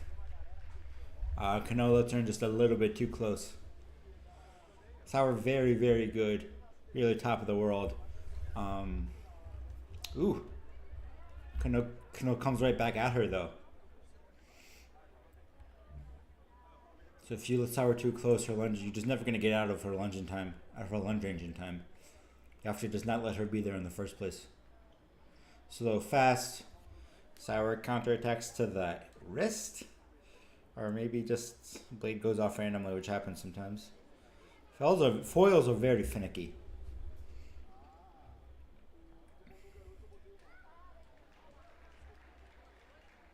Kano can't quite get her point on.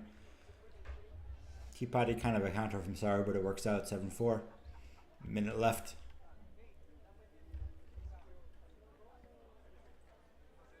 Kano really...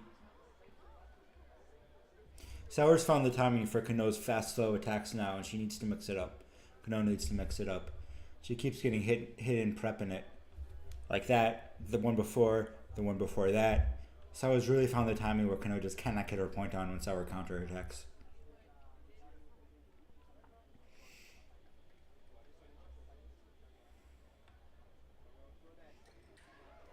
Like that. So hard to do, but she's got to really change something up somehow.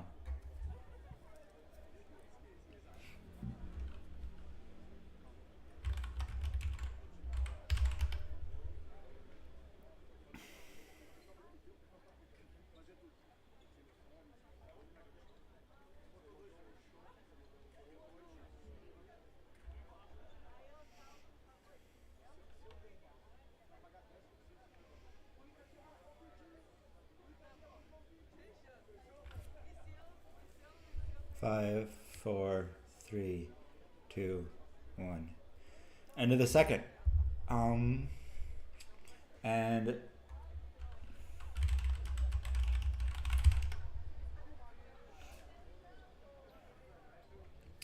Sour's kind of broken this one open a little bit. Kano's got a very good fast offensive arsenal, but Sour's found the timing for it and has pretty reliably shut it down with counterattacks. So Kano's got to think of something else to change.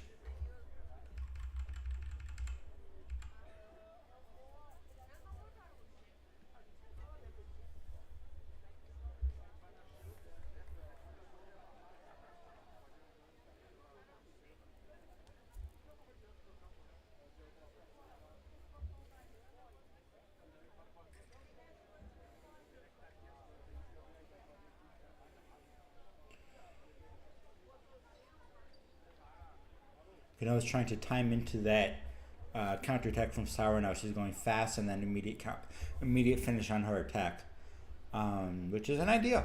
I don't know if it's good or not. I don't know enough about foil to say if that's good or not. But at least she's changing it up. She's not sticking to her guns. That was interesting too. That was a timing shift where she goes like she's going to go fast, but just delays that step enough. Attack off target.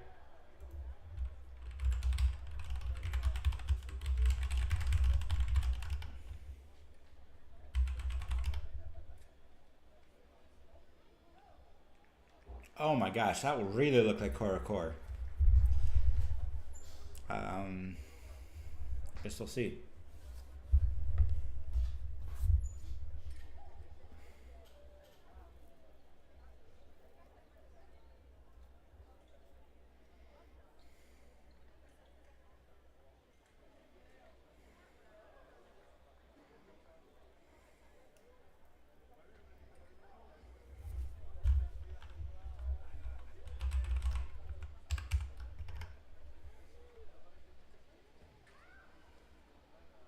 Another good option, launched directly into a fast full attack. Sabre is already going backwards when Kano starts, and so she can just keep going backwards and dodge it. Sabre building an attack now, looking for the blade.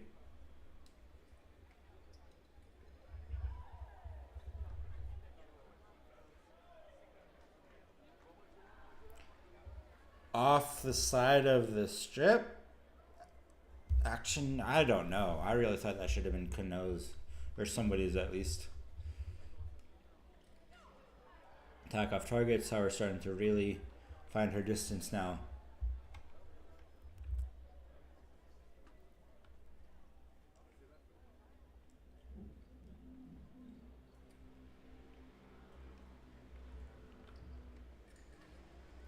And Kano's found her timing again. Not sure what she shifted, but that slow, fast attack that she's been working with the whole bout finally gets a touch from it. And she's only got 2 minutes left to do stuff with it. Maybe she's adding more blade work to it. Sabre gets a counterattack there. Can't see what happens.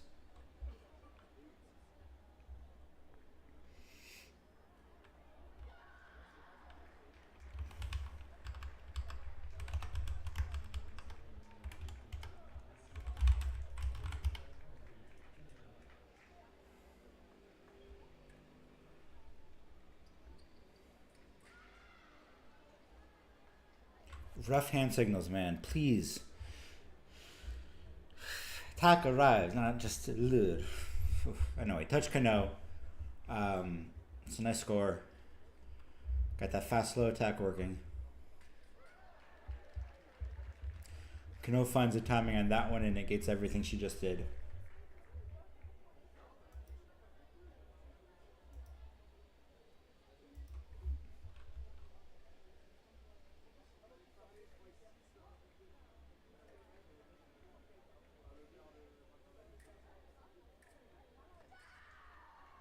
Yeah, that's Kano's. She's definitely searching for the blade as much as Sabre is, and when you already have right of way and you're the one who searches, it goes to you. I'm really pretty sure that one's Kano's. Taking the opportunity for a Shutai though.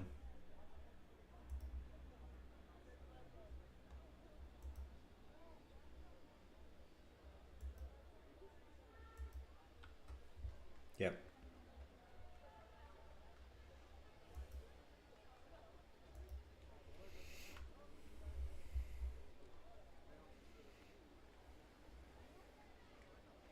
Cameraman, can't do anything the camera can.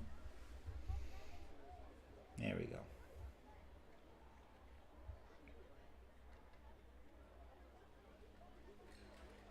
Oh, I thought she had that one.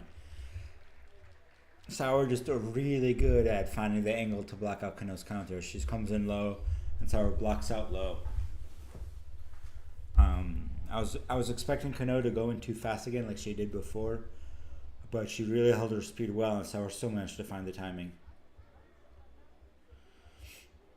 Attack no, core. Maybe this is her signal for core.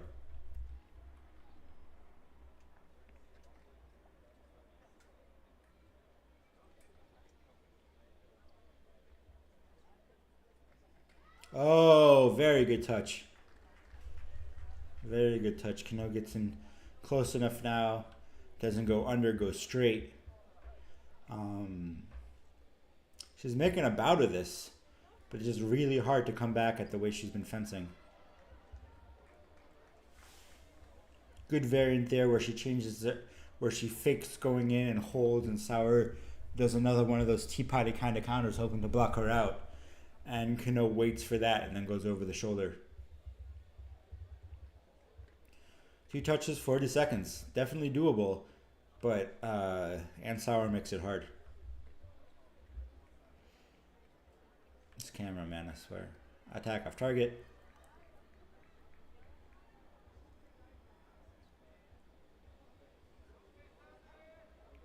It's Kano A, so you know it's a Arisa.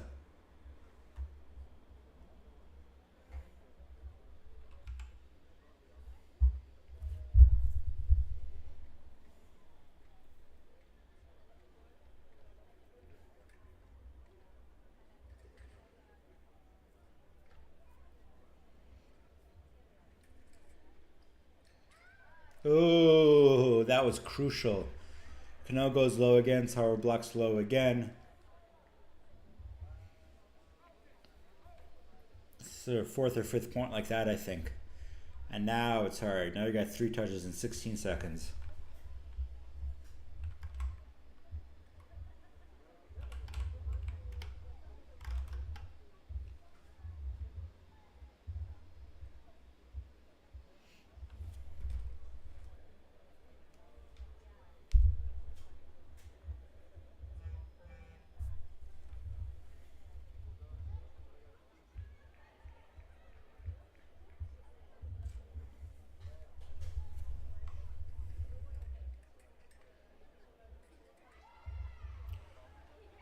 Oh, wow. I thought she was off target for sure.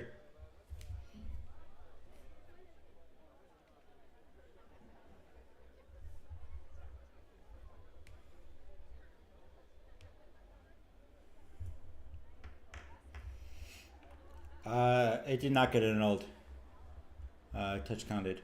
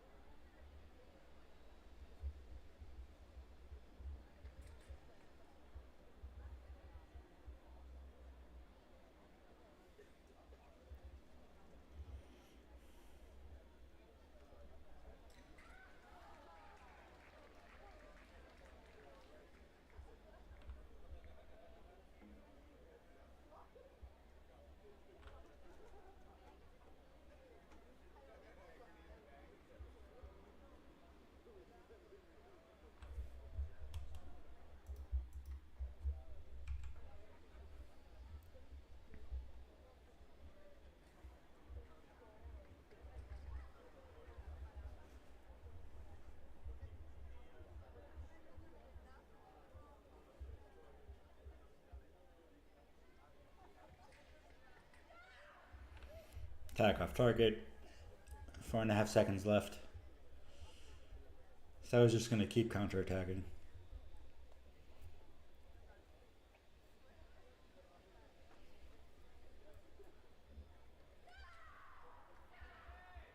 I actually think that was Sauer's. Not that it really matters. Although I guess Sauer thinks it does. But Kano was holding her arm back and looking for a disengage before she committed, and Sauer went straight. It was a fun psychological game.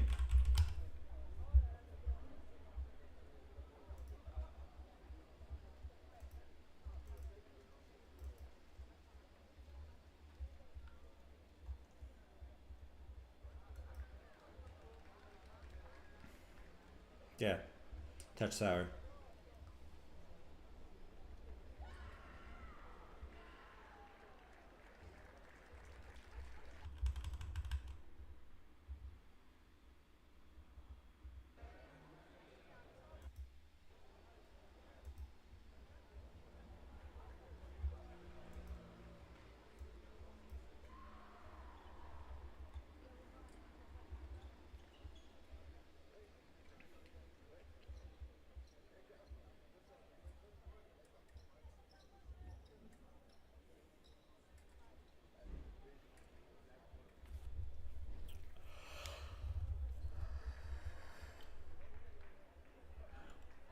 Oh, she's trapped. She's got a broken reel. Poor Jessica.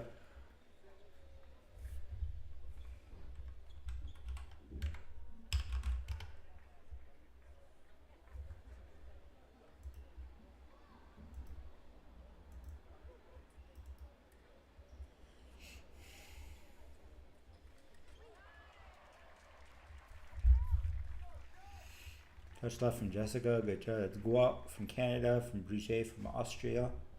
I don't know how mad the Austrians are that Australia got the AUS tag.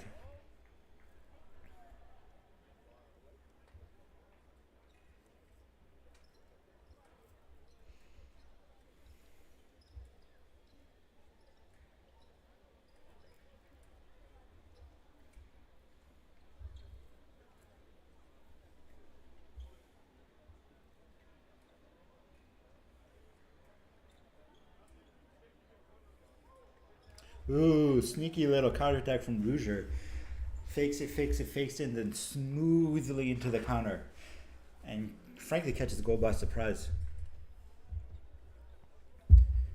Counterattack off target.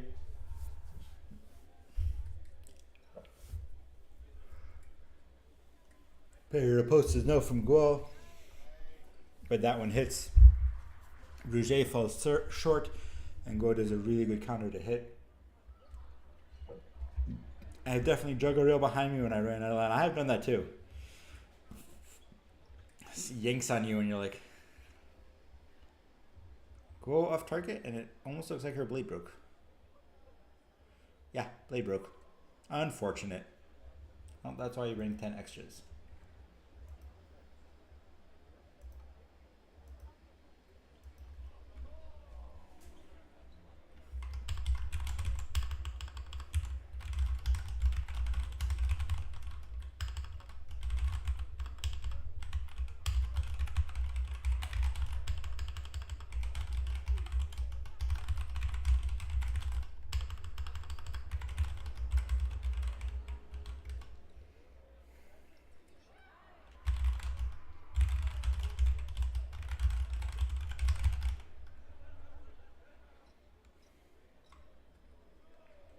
Line. Love to see a line.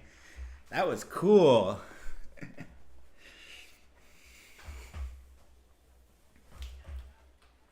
4-1 from Gross. She takes over. Brigitte comes in, but not really building anything, just kind of claiming distance.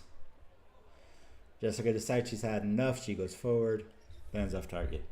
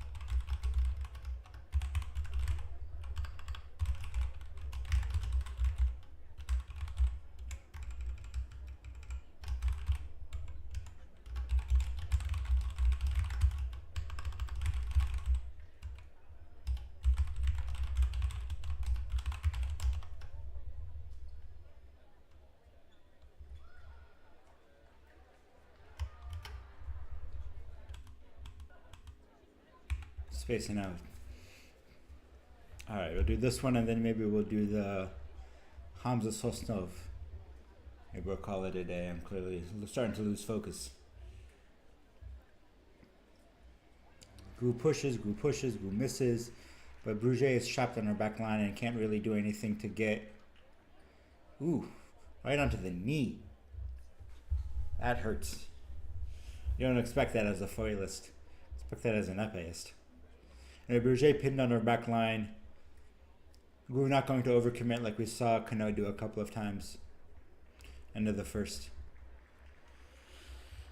So Guo is certainly the most offensively minded foilist we've seen so far. Bruget trying to be one of the more defensive ones, but just does not have quite the...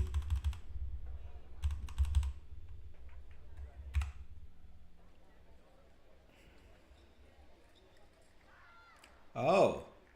I'm not sure what happened there, how Guo missed that, but attack, no, counter-attack, no. Remise arrives for Bruget. That's a rare touch. You don't see that call much.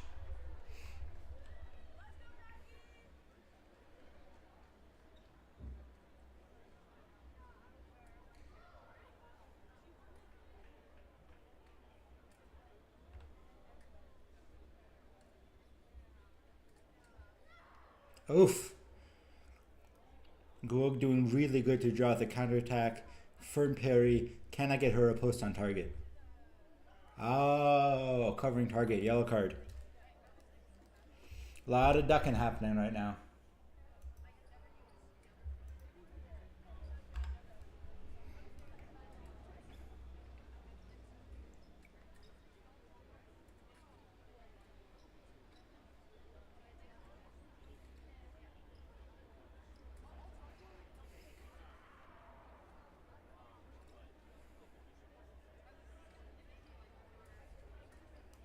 Bruget once again pinned on her back line, and Guo is just not giving her any space to breathe. Another off target, but a lot of really good opportunities.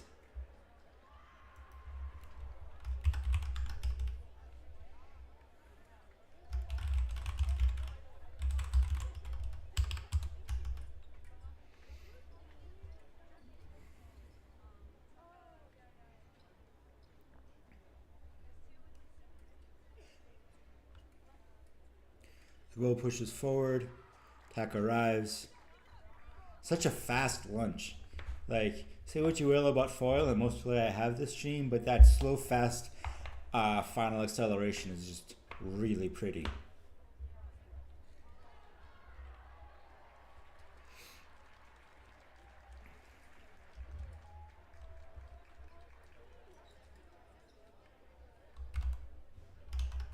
Yeah.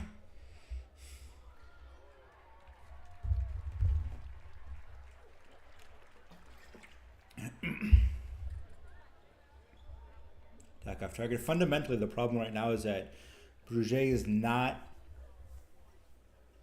creative defensively. She's just slowly giving up space.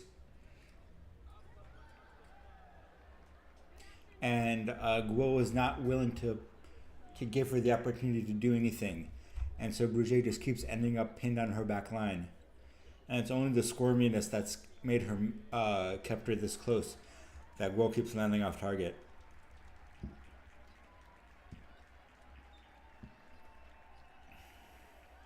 Great counterattack from Guo, bring herself up too.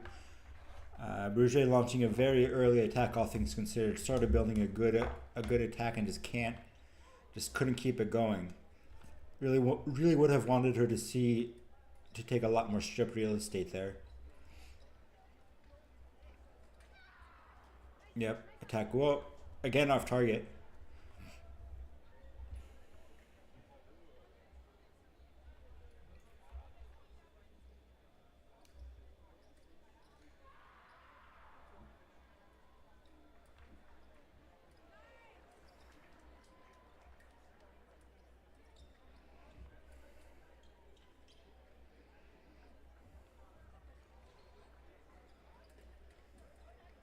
Again, parry riposte off target, although I think that one was Guo missing. I think not missing. Bruget kind of ran her leg into Guo's tip as Guo took a parry too. So Go didn't really get the opportunity to hit a good riposte, as she does there for her 8th. And it's closer, that score looks close, but this is all Guo so far.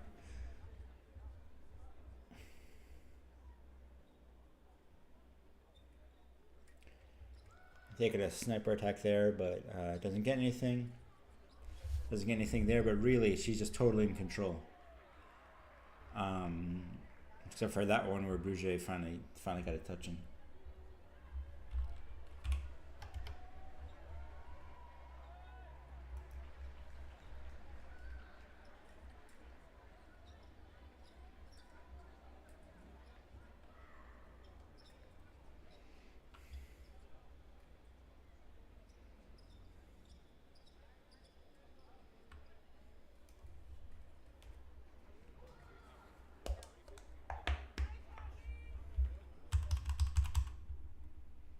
Okay. Second period. No. Third period. 8-6 Guo. I really don't think Roger's got any really well set up touches, even though she's got 6 of them. Very opportunistic mostly. Like to see her push more and try to take a more active role in the bout. Guo just needs to get her point on target. The farlists are so small. That arm is so short.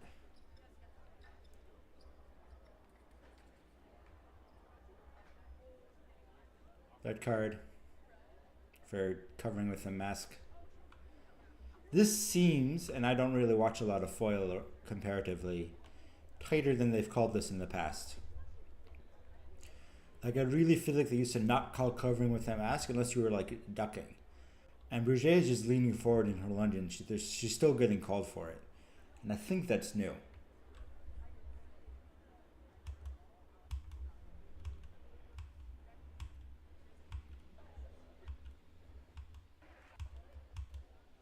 Yeah.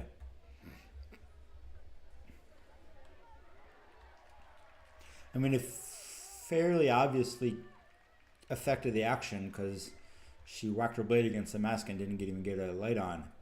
But I don't know.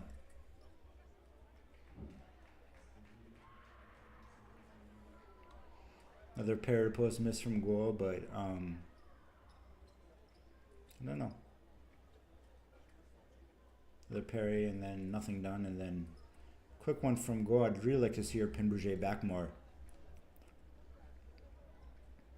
But Bruget is starting to be a little bit more creative on defense, really opening up the distance against Guo's slow advance, and then coming in quickly and taking over right away again. She hasn't done anything with it yet, but I think she's setting it up for later.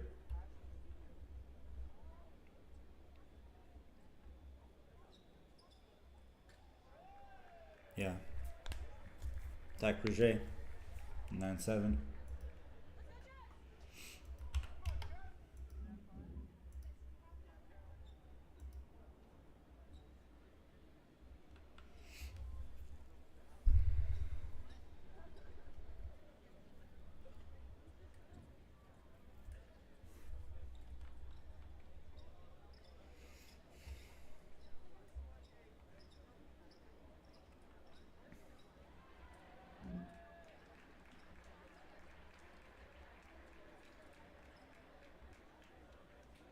Good counter parry from Bruget.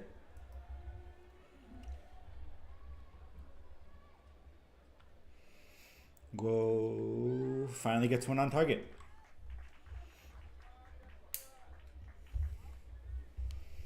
I want to figure out why she isn't pushing like she used to. Maybe Bruget's breaking the distance is throwing her off some. I'd like to see her move a little bit faster to take into that. I'd like to see her not do these lazy instant ripostes. She's gotten a fair few of them, but she's missed a lot more. And if she really built an attack off of them, I think she'd do a lot better. Another line. Are we not? Is she not beating it? That's really impressive for Guo. And it looks like we've got a video call.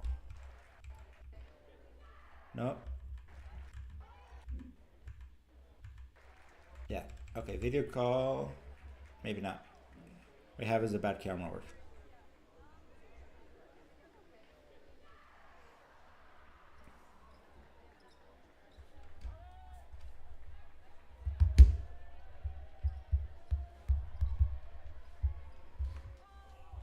And another line. Now she's just styling on her. That's really what's happening here.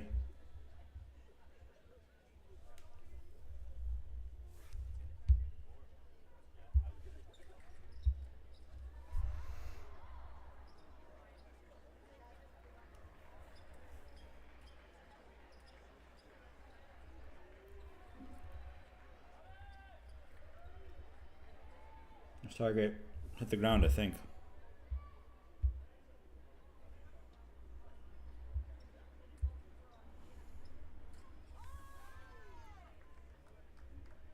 Touch lift, go up. Yeah, now we got ourselves. Now the score looks more like the way the bout's been fenced.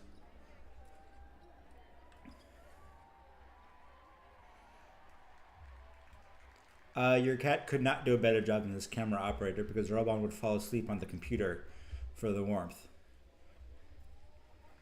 And another line. I don't. Does Guo just not like Bruget? She's really styling on her. This is like almost bad mannered. It's very funny.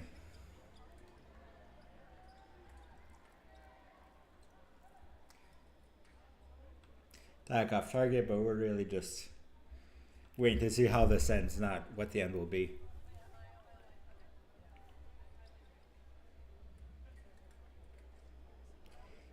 No, Edie loves to chase things.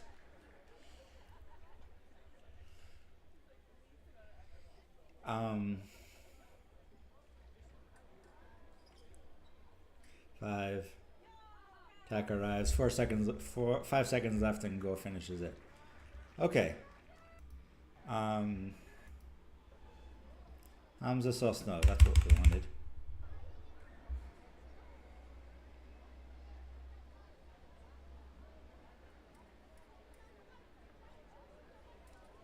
Crazy blade work from Sosnov. Wow. That was like one of those like air dudes. Ooh, back flick. That was fun. Robon would be hiding under a chair in the corner farthest away from the commotion. Possibly. But in most of these foil bouts, there's not a lot of commotion going on, so I think he'll be fine. Attack off target. Hamza cannot get a point on. Gets an early yellow card for turning the back. I think that's the third or fourth one we've seen. I don't know if that's...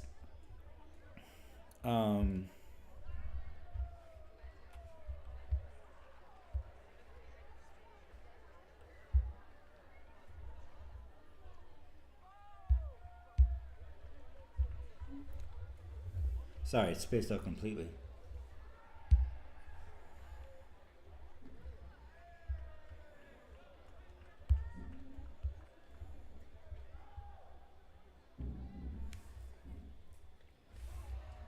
Very post for Sosnov. Oh, you want to watch this because it's a break. I see now. That's the flail of you will not counterattack me under any circumstances. Ooh, that was a really good parry post.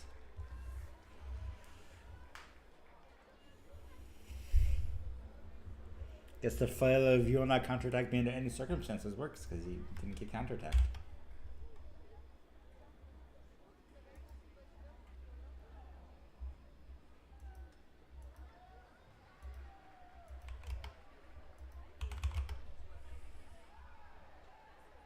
(4-2) with 42 seconds gone. This is more like it. This is a much more fun bout.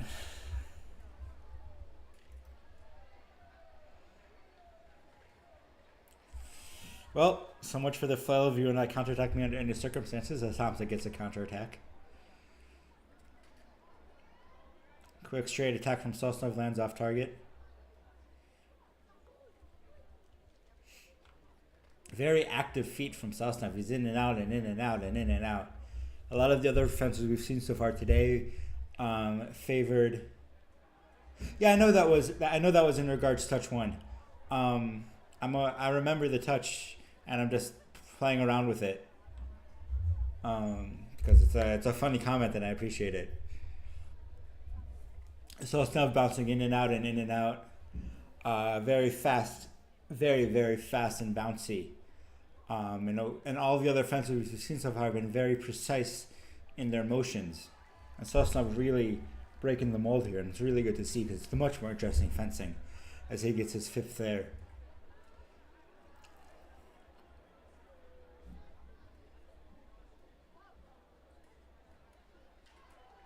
Attack parry post touch. That was just weird. Sosnov was coming in with his little circles, and then Hamza lunged right into it, and Sosnov caught it. Very fun. TQ, do you know this guy's story?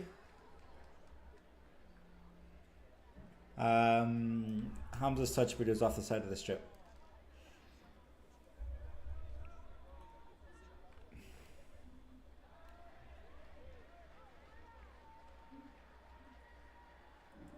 Ooh, that's the old Chernomyslinov attack.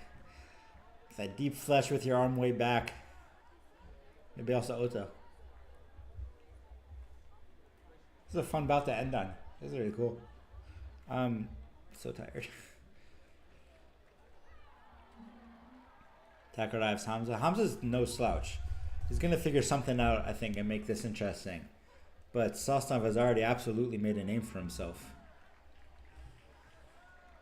Hamza finds it when Sosnov is bouncing in and catches him before he can get back out again. Wow.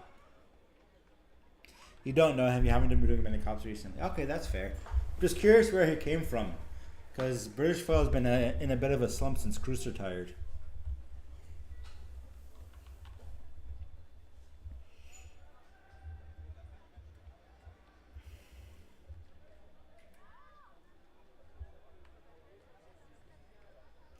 Attack off target for Hamza.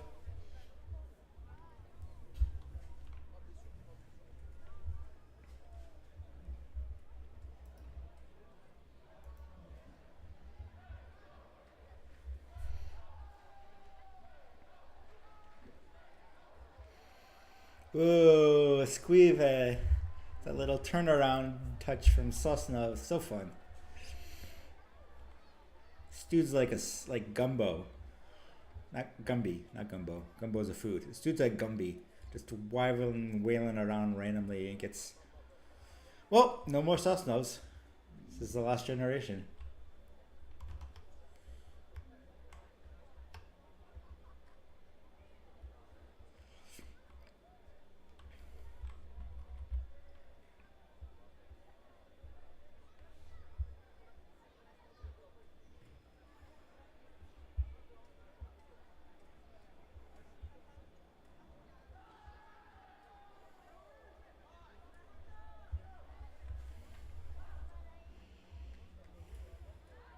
Ooh, good touch from Hamza.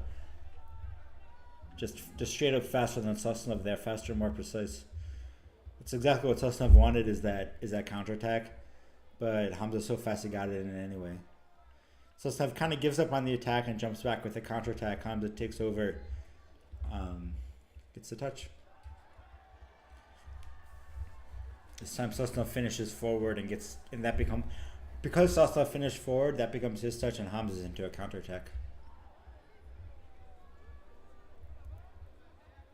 Sosnov just misses over the shoulder.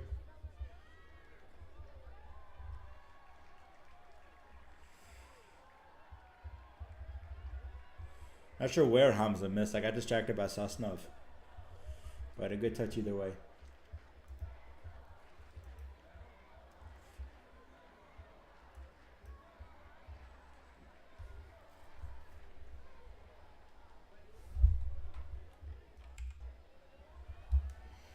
Tactical blade switch by Hamza. 10-7 in the first period still. Okay, we're halfway through. Wow, okay. I thought that was Samuel. They both looked like they held. Maybe Sosnov was a little earlier, maybe he wasn't. Honestly, could go either way. And not in a Saron style, and I actually could have gone either way.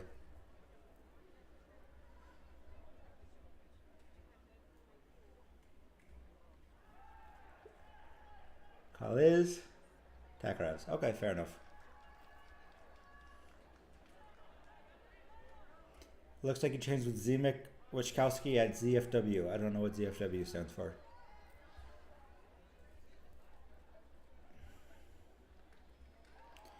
Takaraz by Sosnov. No blades are checked by Army before the event starts, so they get rechecked between each bout. I believe not in pools. Zemek Cruise Collection. Okay. They don't get checked in pools. They may get checked between each bout in the 64 onwards.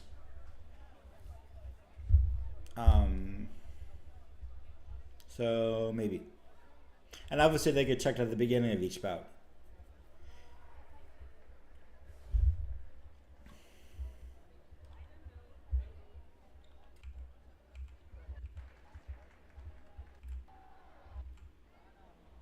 Takaraev Sosnov.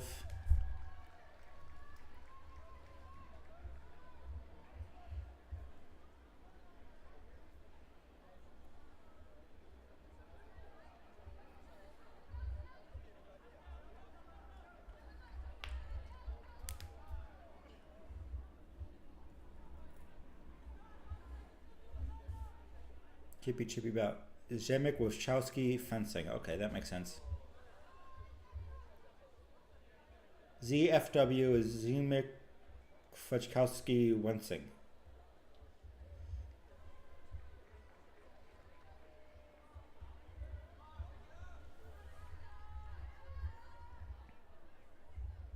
Alright, here we go. Now we can get fencing. More of the flail of doom. No attack arrives.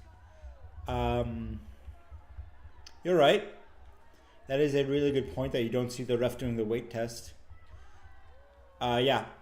That's Sosnov pulled his arm back, and that's attack no in that situation.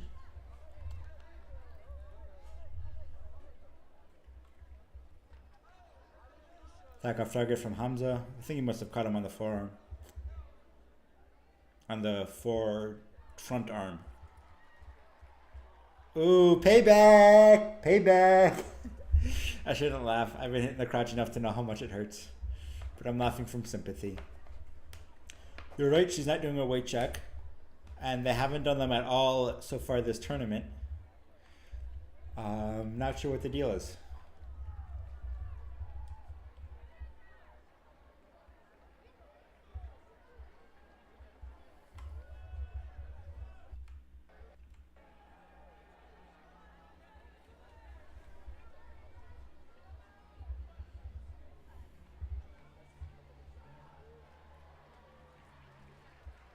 Attack off target, fair enough. Good committed lunge from Sosnov, but he's hopping around too much beforehand. Hamza takes over, pushes in. Gets around Sosnov's four. Feints high, goes low, hits low flank.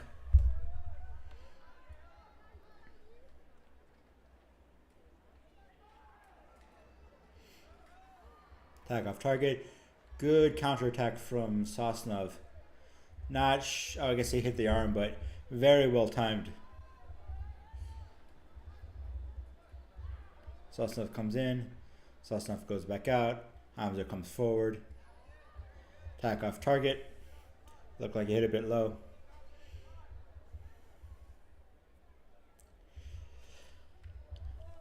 If women have to wear chest protectors, I think men should have to wear cups, so the ref check for that would be awkward. I don't think women should have to wear chest protectors, is my response to that. I don't think there's any reason to require it. Please do not spray cold spray on his crotch. Please do not spray cold spray on his crotch. There's no good reason to require it for women, as far as I'm aware. And equally, there's no good reason to require it for men. I say that I don't wear a cup, and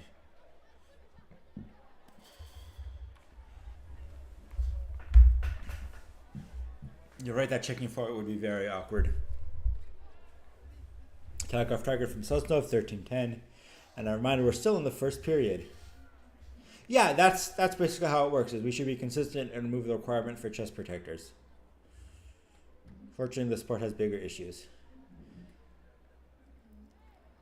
Technically, an intentional hit off target on the strip is a card. But maybe he just didn't think that was intentional.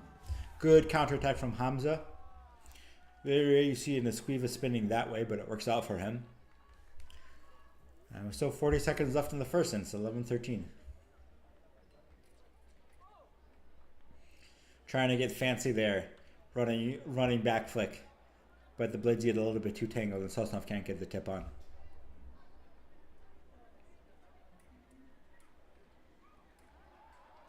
Attack parry to post, 14-11. Really good touch.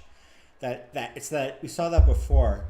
That wonderful, just miniature little beat 4 parry, beat 6 parry, whatever it is, where it just almost no blade displacement and almost no. Yeah, some kind of a knock would probably be the way to do it, but it'd be weird. I guess that's fine. Attack no, counterattack arrives, touch Sosnov. Good bout. And we are still in the first. That was a lot of fun, and I wish more foilless fenced that way. Okay. I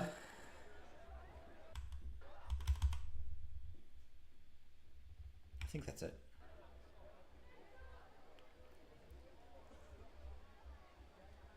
Yeah. You gotta put your mask back on.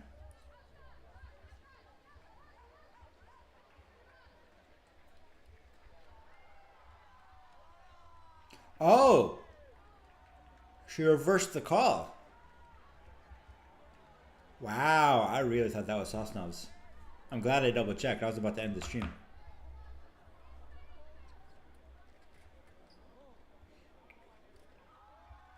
Sosnov gets very close to turning his back every single time he runs away. That's something you might want to think about fixing.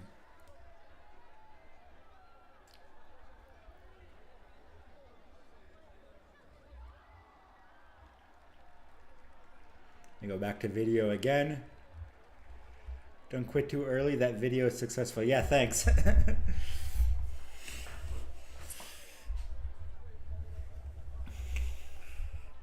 A very committed lunge from Sosnov and possibly a little bit less committed from Hamza. And there it is. Sosnov pulls it out twice. Yeah. All right. Thank you, Tease and Fritz and Liz and whoever else is tuned in. Appreciate you guys hanging out with me tonight. I don't think I can stream tomorrow, but maybe next week for Nano, whatever there's an epi next week. I forget what it is, and I'll see you guys there.